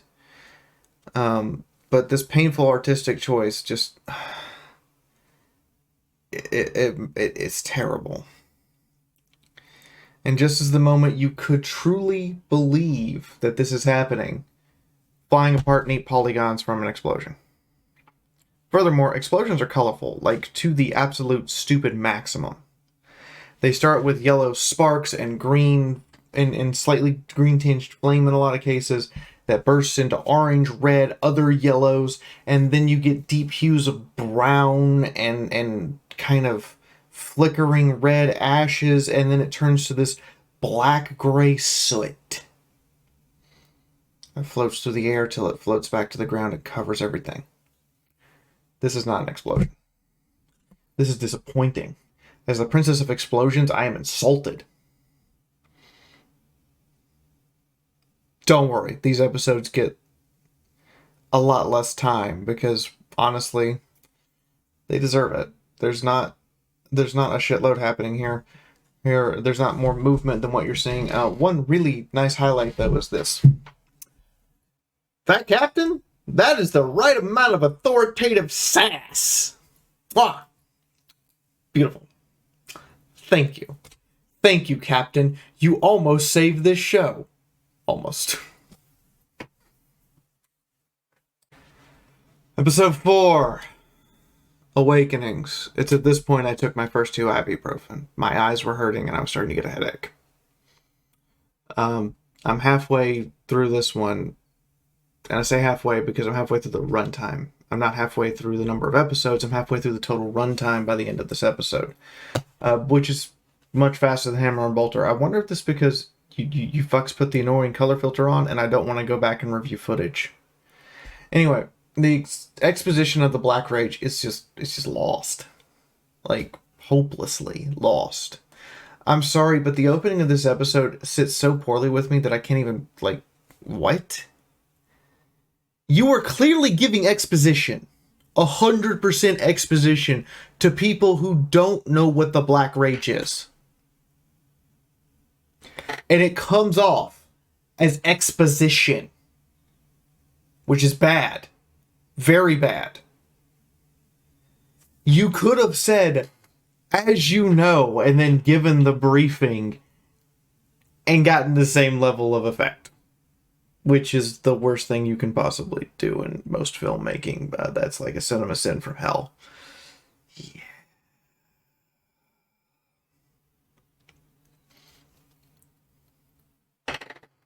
Now, once we get past exposition McGee, the combat here is so much better than the last 2 episodes combined. Dear God, is it good? It really portrays Space Marines to be lore accurate, standing in volumes of las fire and rifle fire, not giving a flying fuck, fighting in a corridor surrounded by enemies and just holding the line as they move, looking for respite or their captain. This moment, they make every single Space Marine who dies somehow a big fucking deal. This is glorious. You want this. You want this to be just like a jolt and a stop. And the sound department and the animators and the voice actors knew what they were fucking doing. The sound, the animation, the feeling of impact, suddenly jolting that these soldiers can actually die. It is monumental. It is done precisely right. Everything from writing to storyboarding to animation to execution to sound department, all of it. I have absolutely zero criticism of this moment. Yet now, by this point in the show, I've had to take 2 more ibuprofen and a shot of whiskey because of the eye strain. Seriously, I had to drug myself to keep watching. If you still have to watch this show, watch it in bursts, please, for your own health. I really wonder if they put this before any test audience, or to reflect upon the fact the color filter is awful. I warned you I'm going to harp on this. I'm not going to apologize for harping on this. This would have been better in full color, like 100%. Episode 5, Tempest. Fuck whatever corporate imbecile decided this was episode 5. That man should be fired right now. On the fucking spot for not understanding the basics of filmography. This is a flashback, but it's not done as a flashback. It's played straight. Like, completely straight with no ties or no reasoning or no justification for why they were reminded of this moment when the last moment we had with them was a space marine dying in a corridor. This is the worst form of juxtapositional whiplash I have ever had the misfortune of seeing.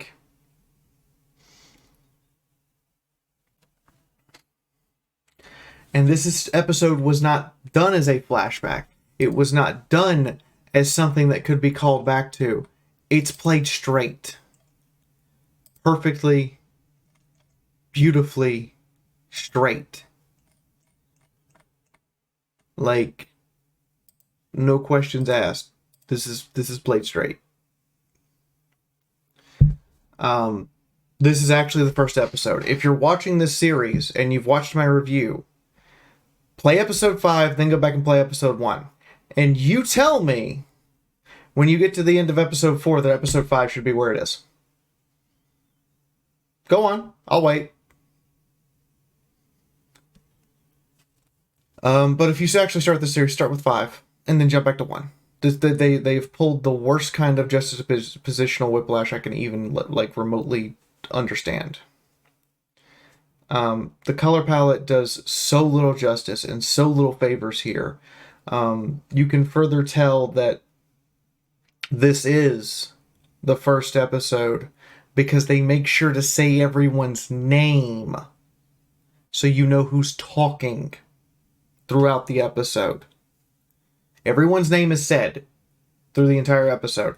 This is supposed to be your introduction. The space battle here makes me cringe.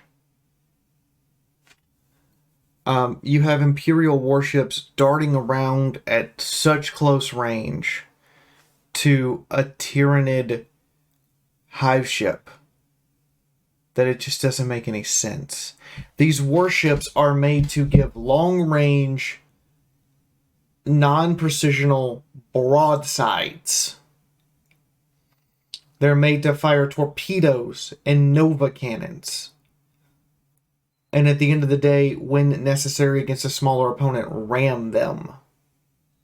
Why in the fucketry is this ship darting around at this fucking range against a target the size of a planet?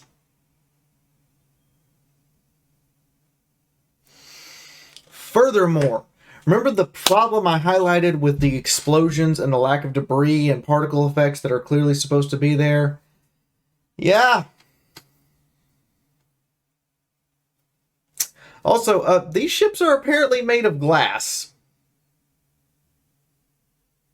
There's no slow destruction, tear it apart piece at a time, break it down. They're Lego ships. They're fucking Lego ships. If you've played Battlefleet Gothic, you know what I'm talking about, where you will be hammering on a fucking cruiser and it refuses to die. These things are fucking Lego ships. They're Lego ships that fly apart as soon as you breathe on them too hard. I'm dead serious.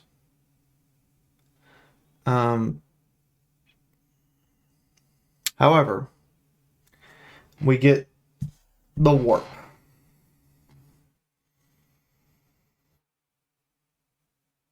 Ugh.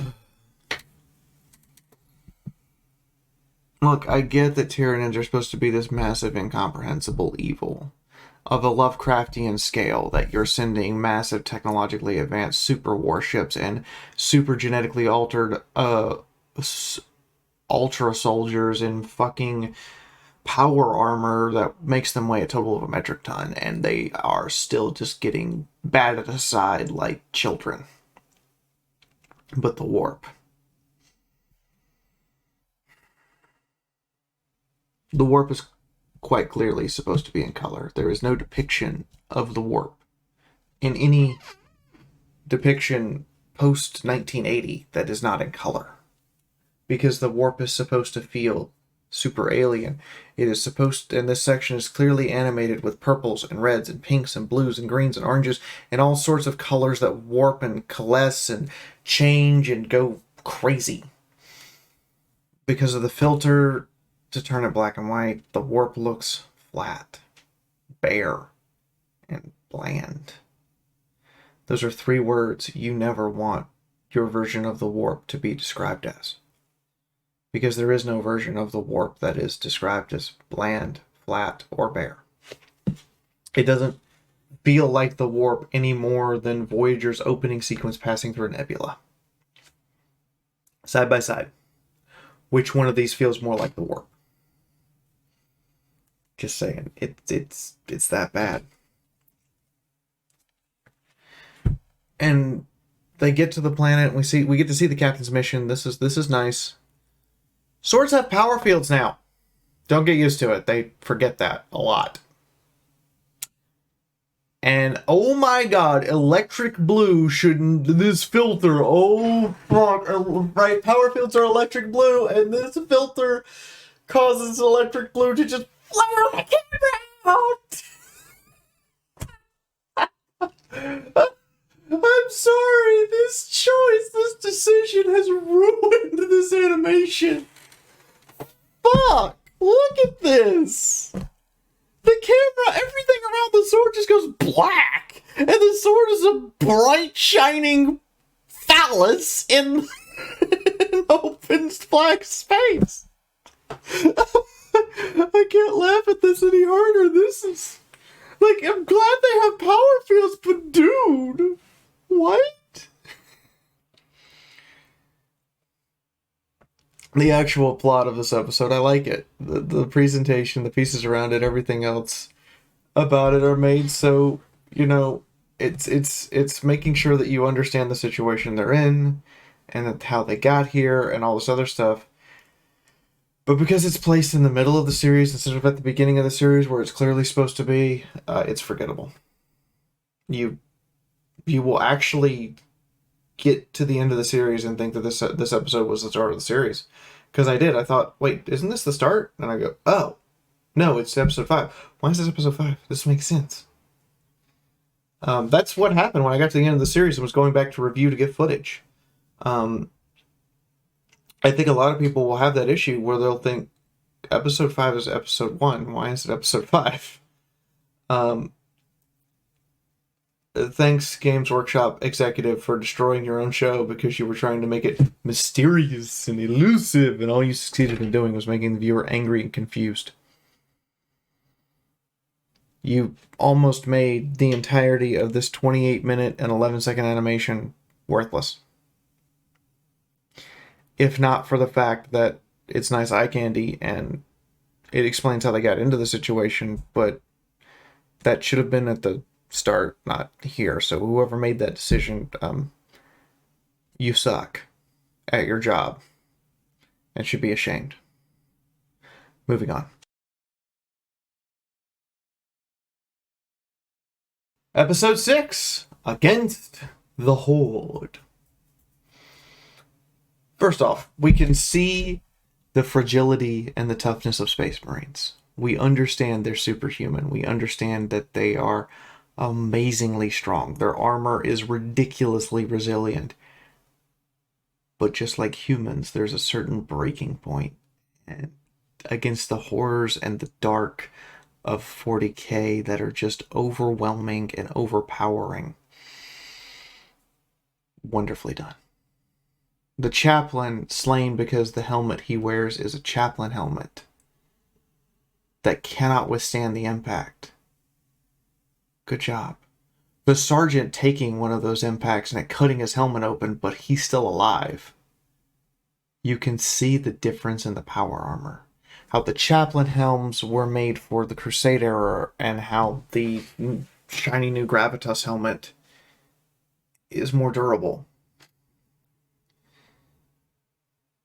Go on, look it up in the books. Novels, other things, and furthermore, if you actually go look at the stats for stuff in the Deathwatch RPG, the weakest helmet in the game is the chaplain helmet. And then to show the resilience of these troops, the flamer guy dashing in, trying to burn the Hulk Stealer alive, getting into hand-to-hand combat, being unable to get out, and deciding, fuck it, grabs a grenade, detonates it, blows his flamer pack, loses his arm, immediately pulls out a bolt pistol and just starts shooting. Yes! That's a Space Marine. I want that guy to be my battle brother. I want him to live. I really want that guy to live. That is the toughest motherfucker here. And we only hear his name twice. Dude is a legend and deserves to live. I did say this wouldn't be spoiler free. I'm going to spoil everything. He dies.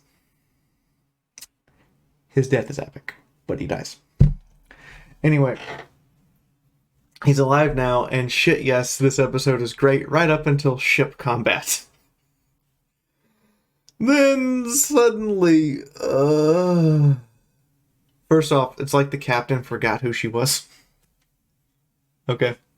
So, why in the Sam hell, through this entire series, did the captain not just go, blow us from the station? Most frustrating point here. Who the fuck that has zero tolerance for anyone's bullshit would not just blast herself free of the dock? 2, this illustrates that these ships are apparently made of explodium. Like, I get the Promethium hauler blowing up because it's full of fuel, but one shot from the prow cannon and it disintegrates. No void shields, no armor plating, no endurance whatsoever, just poof, gone. Why? In the Battlefleet Gothic games, which you're seeing on screen right now, the transportate in question takes multiple hits and has void shields. For their larger ships, take a true goddamn amazing beating before they go down. And yet here, one-shot ship, go boom. Who builds ships like this? I need Sacred Cow ship. Can you come here and look at this and tell me this is supposed to happen, please, or explain how it happened? I'm mad about this. And why are the explosions so insulting without color? I mean, explosions are red. You want to see the red aesthetic. Explosion is a pretty good place to use it. Even, you know, if it's just like tinges and ribbons of red, and the rest of it's still like white because of the oranges, blues, greens, blacks, and all the other colors. A hint of red or ripples or something. Like some fire is usually red-orange. How did you make fire not look threatening? But we also really see like the super lack of like debris and particle effects here again. Look at how this ship just breaks into polygons. Nothing about them. There's no like people in amongst the wreckage. There's no tubing. There's no wiring. There's no like clearly that used to be a catwalk. There's nothing. It's just polygons. It's like the ship had nothing inside it. And so it exploding has no impact. It's a ship. It's the same impact as if you see someone shoot down a drone.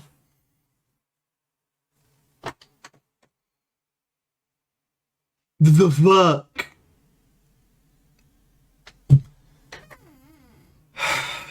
I'm very unhappy with this. But I will refrain from making unhappy Princess of Explosion noises. I lied. Issue number 3. I'm going to ask this as nicely as possible. Why didn't the Marines not break into tactical squads with the chaplain and half of them on board half of them stayed on board while half went down to the planet? You stated at the beginning of the episode there's only 11 of you left. Okay. That means by tactical squad formation, in order to ensure the safety of your ship, a minimum 3 of you need to stay on the ship.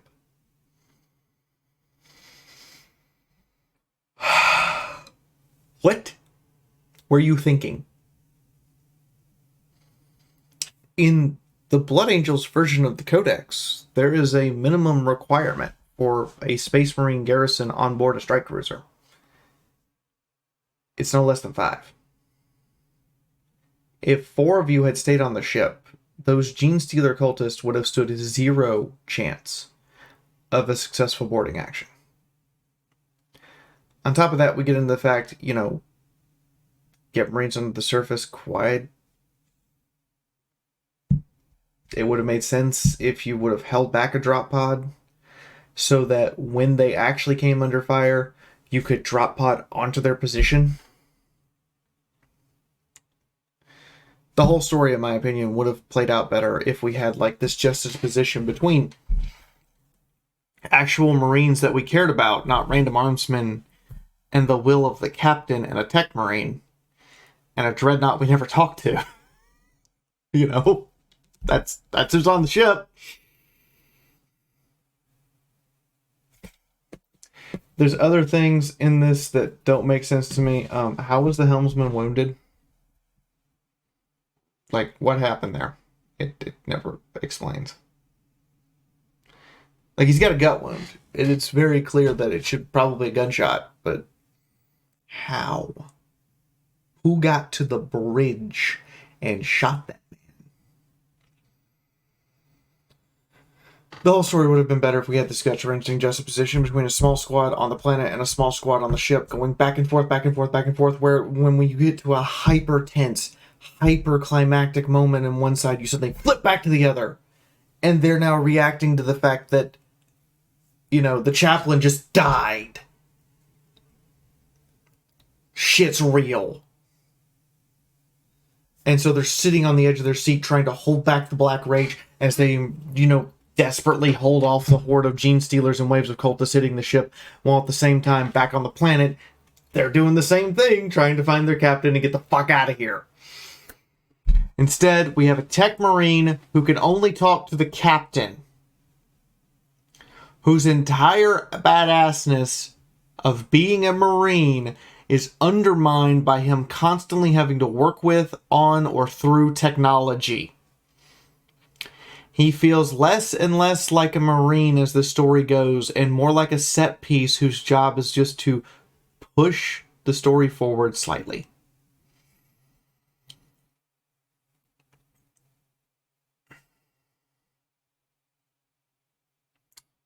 Ignis, the Dreadnought, who we will get to later, deserves a better story than this.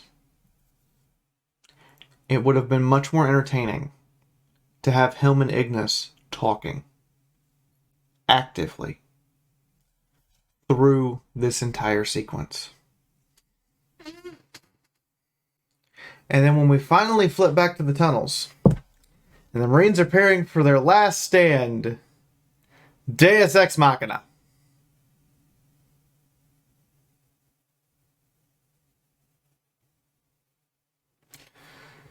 Okay, I'm going to go over the number of things wrong here.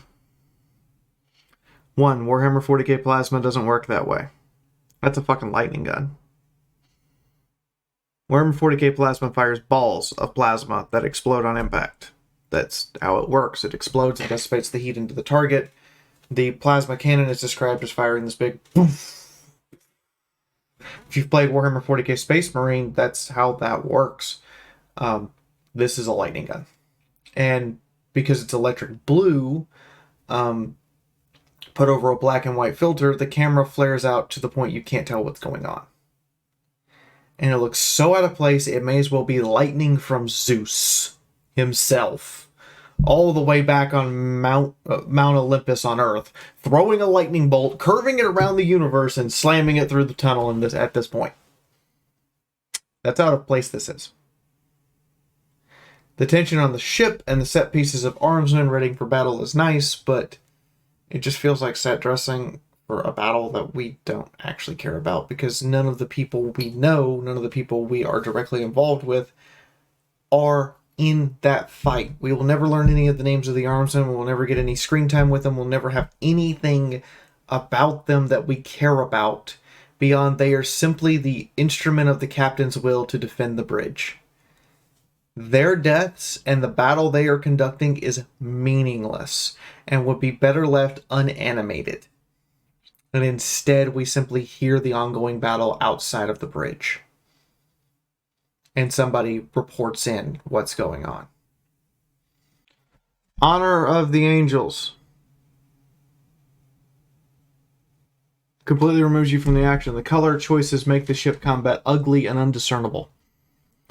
You can't follow what's going on, and it's completely unappealing to watch. Dick Tracy had better black and white combat sequences with a Tommy gun and a wooden table than this. I mean, look at this. You can tell autocannons are firing, and you can see that there are some armsmen, but then when you see the... What is that? What is this? Can you tell what that is? Do you No! It's a black mass moving across a black mass.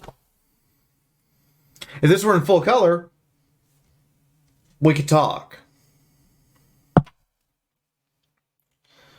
However, the good part of this episode is the actual debate, argument, and further confrontation between the series' true protagonist, the Tech Priest. Because it's always got to be the fucking Mechanicus. You hear me, Remlays? It's always your fault. If you watched or listened to this review back to episode 7 of Hammer and Bolter, you know Tech Priests value technology over all other things. Well, Space Marines are brothers to the end. And this conflict of ideology, despite them being on the same side, comes to full fruition. The Tech Priest sent them the signal that summoned them to the planet and did all of the work to get them into this terrible situation they now find themselves in. This episode gives you the plot. The plot you should have had in episode 1. The action is muted background noise.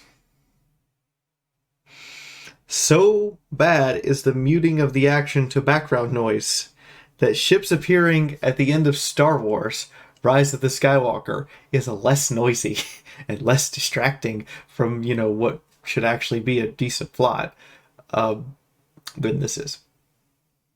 At least for a brief moment, it felt like a plot point.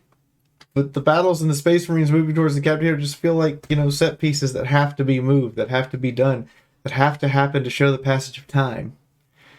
We get this lively debate between the Mechanicus motivations and the Adeptus Astartes motivations, and how the Imperium is far from united in its goals. Cool. Moving on. Yeah, I'm not even going to sit on this episode and talk about this anymore. I'm unhappy with this episode. The color palette is completely unjustified for this episode. If you want a good reason why this color palette is stupid, this episode. It's completely pointless. And a lot of this episode is just explaining the plot and why the Tech Priest is doing what the Tech Priest is doing and why the Space Marine is doing what the Space Marine is doing, and explaining how to stop the brood that is currently trying to storm their ship and kill them on the surface. Requires you to go kill the Patriarch, and the Space Marines already knew that. They literally have a guy from Death Watch standing with them right now. That's been a plot point that multiple times in this series about him being a former Death Watch Marine. Episode 8, Rise.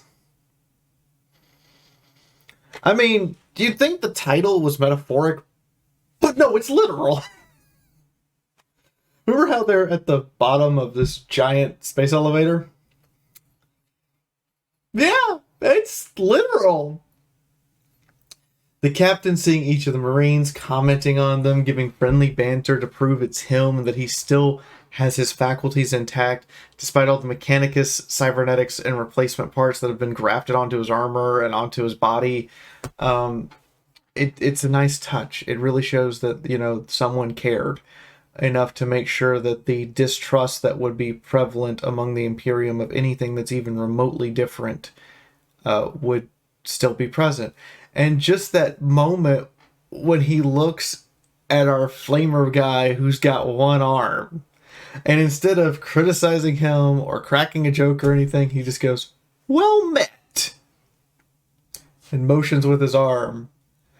It's really this, "Hey, we match. Nice one, bro." It drives home that they actually like each other.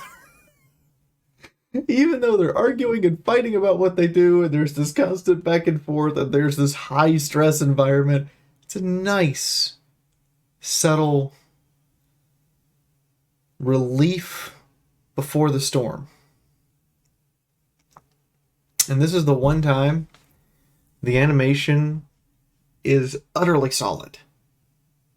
Like, absolutely no animation problem whatsoever at all. Everything is done indoors with living bodies, and that's what the animator's been really good about doing, is indoors with living bodies. The argument between the caretakers of the Gene Stealer cult going back and forth, the witch who controls the pure strains versus the guy who controls all of the mutants, and them going back and forth, arguing and being upset with each other, and the waking of the Patriarch, the riding up the elevator, the way everything is slow, deliberate, and drawing us up, literally and figuratively, to this pivotal, absolute crescendo. This is almost worth the pain of 12 ibuprofen, 2 cups of coffee, and 4 shots of whiskey to get through the bleeding eye strain. Almost.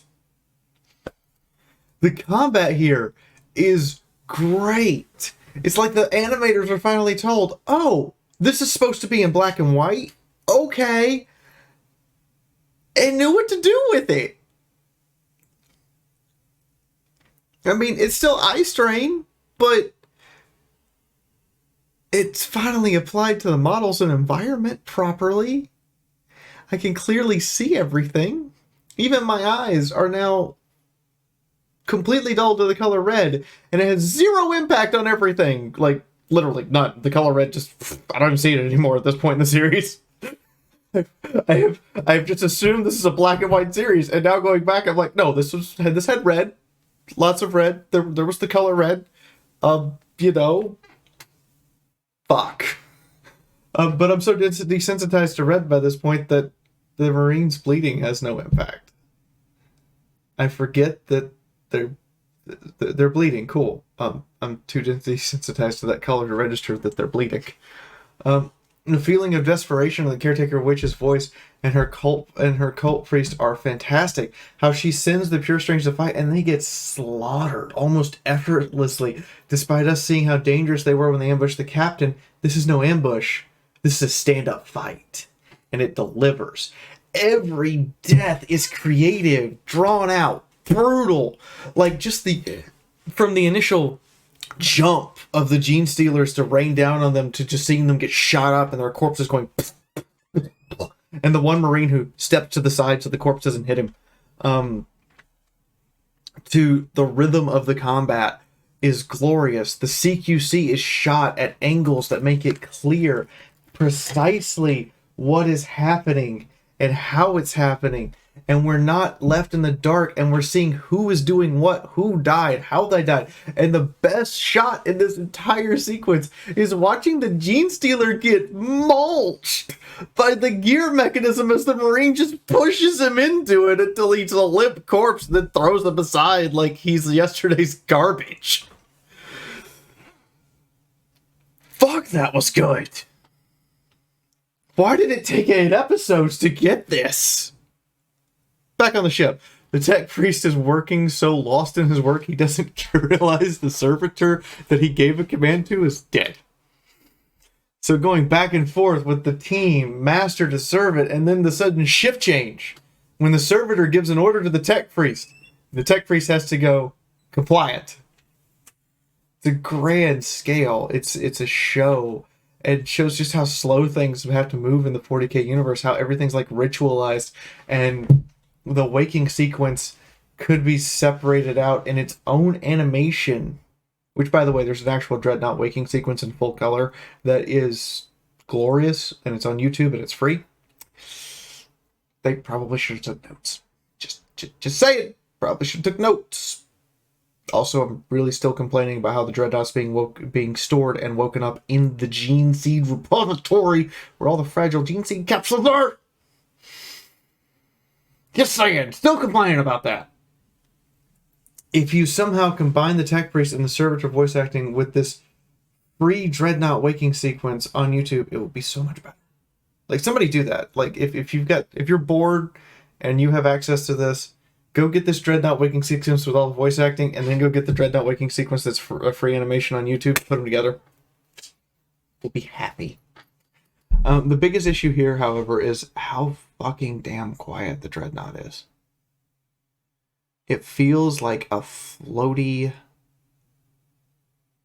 mermaid with no engine noise, no whirling gears. I mean, you made power armor noisy as fuck. But the Dreadnought is silent? What? Come on!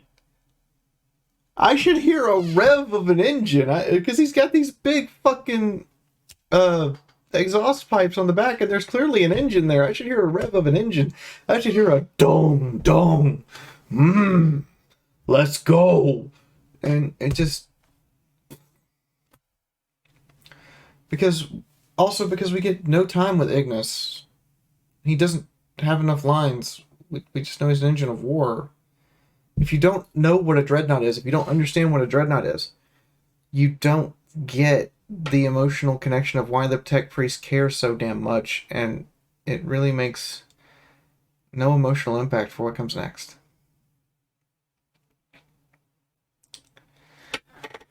Episode 9. Slaughter. Speaking of which, no. You slaughtered this Dreadnought. You fucked this up. This is bad. The Dreadnought feels floaty. He has no weight to him. He doesn't make it. He has little to no noise. There's no engine noise. There's no whirling gears. It just feels wrong. The walking noise is quieter than standard issue army combat boots on kitchen tile. Also, why? What? Why shaky cam? Why you do this? No! There's no point in this. No shaky cam. There's no physical person in this place holding this camera. This makes no sense. You're not even doing this from someone's perspective exactly. You're just shaking the camera to shake the camera. Bad. And with the color palette and my eyes and everything. I'm going to make this episode fast because we're all in pain at this point from watching this. This is... The Patriarch is appropriately horrifying, scary, and the battle is actually good. You can tell what's going on. Sadly, one arm guy dies. Like, he's the one Marine hero. I'm like, that guy has the right to live, and I will protect him and die for him. He dies. The way the witch dies, I'm sorry. I really am. The fact that she's silent while she's falling, the fact that she just hits an Imperial symbol and her blood isn't red.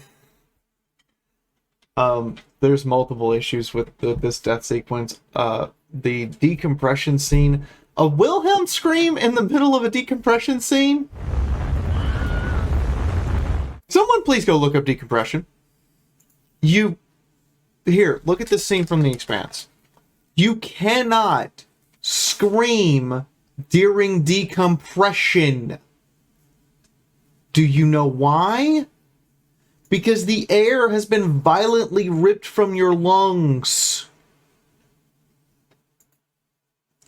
This is someone who clearly understands that decompression means everything is sucked out, but some idiot in the sound department gave this guy a Wilhelm scream, forgetting that you can't vocalize during decompression. It's not humanly possible. It's not sound possible. It doesn't work. You cannot make a louder noise than the decompression of air. It just gets sucked out with you. We wouldn't hear this. I'm annoyed. You half-baked the science. The Dreadnought goes down like a bitch. Like, seriously. At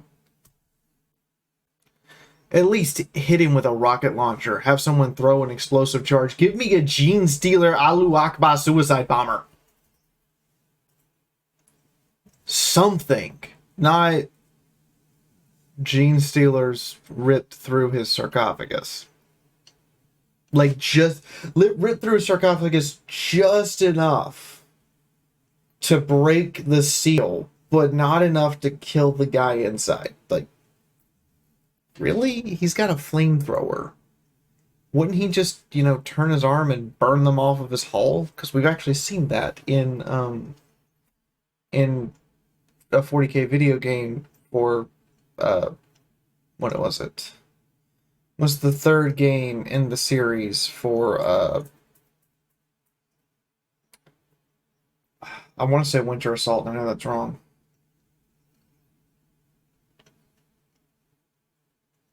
Anyway, we've seen it with the Blood Ravens, Captain Davian Thule. There's a cutscene where shit jumps on him, and he just... Dawn of War. That's it. The third Dawn of War. He just burns it off. Cool. Also, according to Games Workshop, this is the Black Rage sequence with NKS. Blood Angels, when they enter the Black Rage, enter a frenzy in which they see Horus and Sanguinius, and they go into an all-out frenzy, believing that the object of their rage is them killing Horus. This is official Games Workshop material. Hey, Remlays, I'm going to send this part to you, and you take it away. Weird flex. Like, really weird flex. But okay. I do like how the Patriarch's Claws just, like, rip through armor. Through the Space Marine's power armor like it's paper. It really makes it feel super scary. And also, when he dies, when he drops... The fact that it took, a sword going into his mouth past his armor plating and into the brain cavity to kill him. That's cool. But also just the way the Gene Stealer cult suddenly breaks this illusion and this control he had over them and just panics. Back in space, again, the ships are made out of paper and polygons. But at least, the initial blast is now there, so it's a little better. I like how the helmsman stays till he drops dead. It really shows the dedication and indoctrination and everything that goes behind being bridge crew in 40k. But hey, look, we get dust and debris. We don't get bodies or wires or other parts, but we get dust and debris. Proper ship destruction. Holy shit. It only took 9 episodes to get proper ship destruction. And there's a little piece here that this annoys me. The captain has shown she has no clemency for nonsense, wasting her time. She's sassy as fuck. Respect my authority and respect those who are above me. Like, those are her, like, 5 big character traits. When the armsman goes to check on the helmsman after he expires, I was kind of off-put and felt like she was just out of place, that she was being sentimental while the ship is still firing its guns. I feel like she should point at that armsman and go, "Armsman, take his place now. This battle is not over." And she doesn't. And she sits there and she reflects. And I'm like, no. Like, maybe a normal person, but captain of a ship, any ship, in 40k has no time for nonsense like that until the ship is safe and completely safe and your guns are still firing. The ship is not yet safe. It's just so out of place for her as a character. It's so out of place for any Warhammer 40k captain that's ever been mentioned in any book, novel, or anything. It just feels wrong. Other than that, some of the combat sequences here, like, you can tell the black and white color palette is really hurting them. And there's actual, honest to God, artifacting. Like, I'm criticizing the animation and animator right now. There's artifacting, and you're trying to hide it desperately, despite the fact you want to show this cool broadside. Games Workshop could not afford better computers. I'm sorry. What? Games Workshop could not afford a computer powerful enough to render this without artifacting. Oh, and it's present through the whole series. I'm just highlighting it now, so you'll now understand some of my problems. All right. Reborn in Blood. Shut up. We didn't need this episode. Oh, I'm dead fucking serious. You could have added 5 minutes to the end of the last episode and this be done. We did not need episode 10. If the series had ended right there with the captain's face in frame and just cut the black and a couple of extra words from a voice actor, we'd been fine. Instead, we get this dawning light shot that is made 5,000 times worse. And Ginger Senpai has made the suggestion it looks like the moon is coming out, not the sun. The moon. It's that bad. If you put this in full color, it would have been so much better. The light feels like the camera crew are turning on set lighting, not like the dawn is coming, and it's super rushed and framey. And it just doesn't give that hopeful dawning of a new day you wanted it to. Seriously, this color palette just messes this up 3,000 ways to Sunday. Our Deathwatch Marine surviving makes sense. He's Deathwatch. They're usually tougher because of their experiences, and he would know how to survive against Tyranids. Everyone else, however, I feel like he deserves to die. Everyone had to constantly preach to him and remind him and keep him from going into the Black Rage and baby him through this entire series. He doesn't feel like the guy who earned the right to live. He feels like the guy who is contrived and decided gets to live. He also isn't the one I really wanted to live. Like, honestly, tough as nails flamethrower guy. Why is he dead? Survives getting your arm. Literally every character in the show that gets their arm blown off. You survive getting your arm blown off. Congratulations. That means you die later. Seriously. Side note, Games Workshop, can Can you make it where the subtitles stay on? I've complained about this numerous times throughout this entire review process. Can you please leave the subtitles on between viewings? Can you please leave the subtitles on between episodes? Can you just let me turn the subtitles on in general? That'd be great. Fuck. I get it.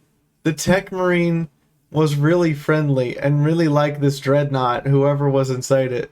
And they're clearly friends somehow, but we don't understand how they're friends. We don't understand any significance to the dreadnought. We have no feeling to the dreadnought. Like, yeah, I can feel for the dude, you lost your friend.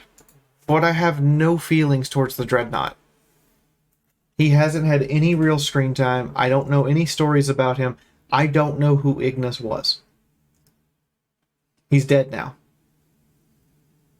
It's sad that he's dead, but no more sad than Bambi's mom dying off screen. It's sad. It hurts a little. You know, it's sad somebody died, but I need to know who they were and who they are and what they mean. And just no. No, it doesn't fit. It, from a filmography standpoint, his death is meaningless and it's lost on me.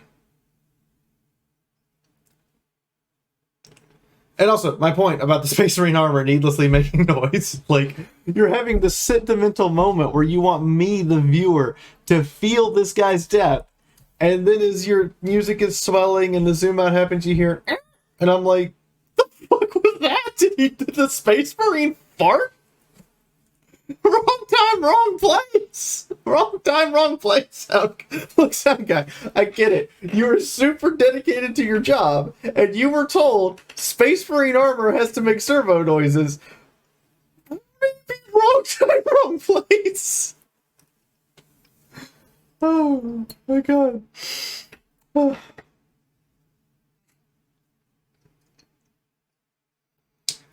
But yeah, that noise just destroyed all of the emotion from this moment that I even remotely had, and now it's just gone. The rest of the episode is just clean up, literally clean up, and set up for another season, which they 1000% do not deserve. The voice actors deserve it. The director who decided that this was going to be in black and white and red, yeah, fuck you. If you do Salamanders next and it's black, white, and green, I'm just gonna be like, what? What made you think this was, if the black, white, and red wasn't a good idea? What made you think green was? This black and white filter crap has destroyed this, like, utterly. The voice actors, writers, screenplayers, animators, and modelers, however, you all did great jobs. But whoever made the decision that this was going to be black and white with everything red, still having red color, needs to be fired. This should have been in full fucking color. And I can really solve this debate here. At this meeting between the tech priest and our lovely Deathwatch Marine. Yeah, his name is so unimportant I don't even fucking remember it. I've watched all 10 episodes. I've sat there and while writing the tips for this review, I'm like, Space Marine name, and I couldn't even go find his name when I went to look it up. I would have had to rewatch an episode. I really just don't want to put the eye strain on anymore to rewatch an episode to find this guy's name. I get some of you will call me out for being lazy about that, but dude, no, seriously, I've spent 6 days on this. I don't want to spend any more time if I can help it. But you can really tell that if the animators have been told that this black and white filter was going to be used, how they would have animated things differently with this episode.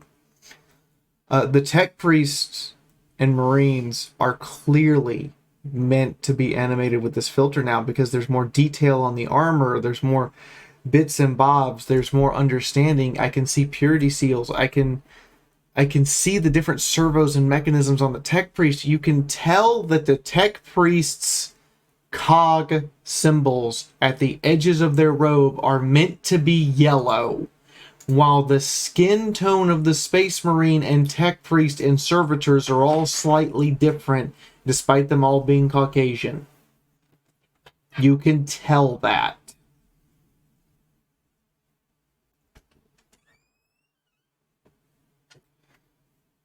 Also, credit to the Tech Priest voice actor. The way she sounds in absolute fucking ecstasy while interacting with the Archaeotech device. That's what a Tech Priest would do. That's how they would sound like. Oh my god. This feels so much more alive. It's just so hard to see anything when we go back to the ship with the damn filter on, and suddenly they stopped this muting process and toned it down. But it gets worse, because when we go to the altar shot, we can clearly see that this was meant to be in full color, because we're meant to be able to read what's on the sword. We're meant to be able to see the little things that were on Achaeus's sword. We're meant to see like all of the stuff, and we can't because this filter's applied over it. It sucks. It makes it hard from a cursory glance to tell the difference in the sword and the stone if you're just looking for color and your vision's even remotely blurry. But if your vision's great, you can tell it, but it's still just, it's eye strain, because your eyes are straining to see that's the sword, that's the stone underneath. And the artists clearly had a vision, and they were lied to in regards to how the color palette will be done. And it was changed afterwards. And it's super detailed here that this change was made afterwards. Everything is so artfully done with symbols on swords and shoulder pads. Everything is drawn like it's supposed to be in full color and animated and modeled as such, then muted by an oppressive filter that destroys the entire scene. Yeah. It's disappointing. I finished this series angry, not happy for my experience.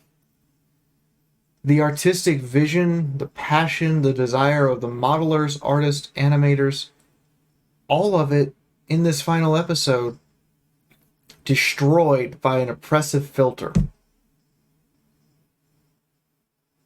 We are using computer generation. We don't need a color filter.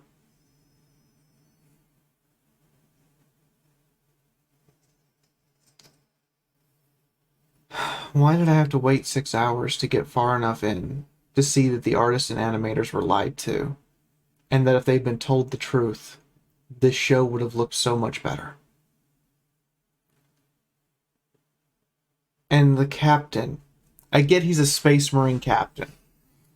And as tradition, when the Space Marine captain dies, he gets to be put in a dreadnought. Just ask Dawn of War, or really any video game series involving Space Marines. Personal opinion? Achaeus, if he had any life left in him, or the one-armed guy, deserves to be in a dreadnought so much more. Also, fuck this show for the last shot actually showing a dreadnought has any weight. The rest of the time, the dreadnought's moving around. I'm like, is he even walking, or is he just like Michael Jackson moonwalk sliding? And then finally, it's bonk, and I'm like, you couldn't have done that for the last 3 episodes when you had a dreadnought? Fuck! Remember how I asked why the captain didn't blow the dock to Kingdom Come? It's not like she couldn't have done it. She had this capability the entire fucking time. She does it. At the end of the show, she blows this place up. She could have blown herself free of the dock, and that would have eliminated a whole host of problems. And it wouldn't have hurt the ship. That's the worst part. It would not have hurt her ship. I also love the dedication here that there are no auto-loaders or automatic loading systems in 40K. You have to take like thousands of people and load this massive 3,000 millimeter bombardment cannon by hand with a shell the size of a fucking house. I'm sorry. Where did you fit those people in this ship? And how is this many people still alive? I love that there's no autoloaders and they're dedicated. I'm laughing, but I love the dedication to no autoloader. Oh my god. But yeah, 14 minutes in, you clearly see she could have blown the ship free of the dock at any time, and she should have done that. I also like how the attention detail here is the armor, the people who are wearing their armor, it has dings and dents and damage on it, and it's left there. And that's something characteristic of Space Marine armor. It's left there until a Mechanicus Adept can come in and fix it, and even then, it will always bear that scar. I love that. But the after credit sequence, no. Executives, stop assuming that your show deserves to have an after credit sequence just because. Not to mention the fact that your credits still by this point lack voice actor credits, animator credits, artist credits, director credit. There's no one who's actually given a credit besides the music guy. Good on you, music guy, for making them sign that they have to give you proper credit. Everyone else got fucked but you. Good on you. The worst part of this episode is this after credit sequence. This show does not deserve more episodes. You have to earn that right. This is like, you could have left this out and it'd been fine. You could have used this as a trailer for another season. If you were going to do another season, it would have been fine. But putting it here and basically saying, we want another season. No, you don't deserve it. You haven't earned it. This is fucked, and I'm not apologizing for saying it so. This is stupid. You have one episode that isn't a total eyesore, and you use it to sequel bait. Fuck you. That's it, by the way. That's all the original content on Warhammer TV right now, to date, after 7 months. It is currently February 3rd, 2022. I began this review process on January 27th. I have dutifully watched at least 2 episodes from all of their series and the entirety of all of their original animations. I have written a 36-page script. I have notes. I'm actually releasing the notes in the description below. You can look at my notes. But man, am I glad I'm fucking done recording this. Now I have to go edit it. Warhammer TV is not worth your money. Do not pay for this. If you have to watch it, yar har and shittable dee, get your skull and crossbone flag out. I didn't advise you to do anything else. This is awful and terrible in every way, shape, and form. Glorious animation held back by idiotic direction and executive decisions who were so out of touch with their IP they had to hire IP consultants. That's a thing. Seriously, that's a job position at Games Workshop. There are several people who went off on a criticizing rampage about how they have to hire IP consultants because the executives don't know their own stuff. They criminally underpay their staff. They have criminally undercredited their staff. I want to know who did, this animation. I want to know who did the voice acting. I want to know who made a model, whether it be a model that's on my desk or a model that's in an animation. Also, this is what Sodas was crucified for? This is what we lost Emperor's text-to-speech device for? Never forget. Never forget Sodas. Never forget TTS. Fuck this service. Fuck this company. This is shit. This is some of the worst schlock mixed with good writing and voice acting I've ever seen. Thank you. Good night.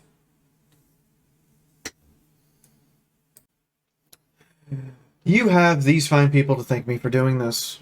If you want more of this and you want me to do more long form videos like this that are in depth and detailed and crazy over the top, I need money. I have to pay my video editor $300 a month right now, and that price is only going to go up the more videos we do. This took 6 days of continuous watching, editing, writing, and recording to make. My eyes are going to degrade from watching Angels of Death as a binge watch. Like, I know my eyes are actually going to be injured from that, because I can still feel the eye strain 3 days later. I encourage you, if you really want to make up your own mind, go ahead, but I really don't think you should pay for this service. And I recommend you actually watch, if you actually go to watch Angels of Death, or you watch it over the course of a week, you can watch Hammer and Bolter in one sitting. Angels of Death, you need to watch over the course of a week. I hope you found this helpful. Or enjoyed it. Please share with your friends, for people who are ask questions about Warhammer TV and want a comprehensive review. If you did, make sure you hit the like button, and that actually is important. Like button determines how many fucking views I will actually get on YouTube, because that recommends to the algorithm for other people to get this. And comment ... for the algorithm. To help YouTube's algorithm make sure others see this. Even if you have a negative comment towards me, just putting ... for the algorithm tells me you actually watched the video. Whereas if you just have a negative comment and you don't put that, then I know you didn't actually watch the video.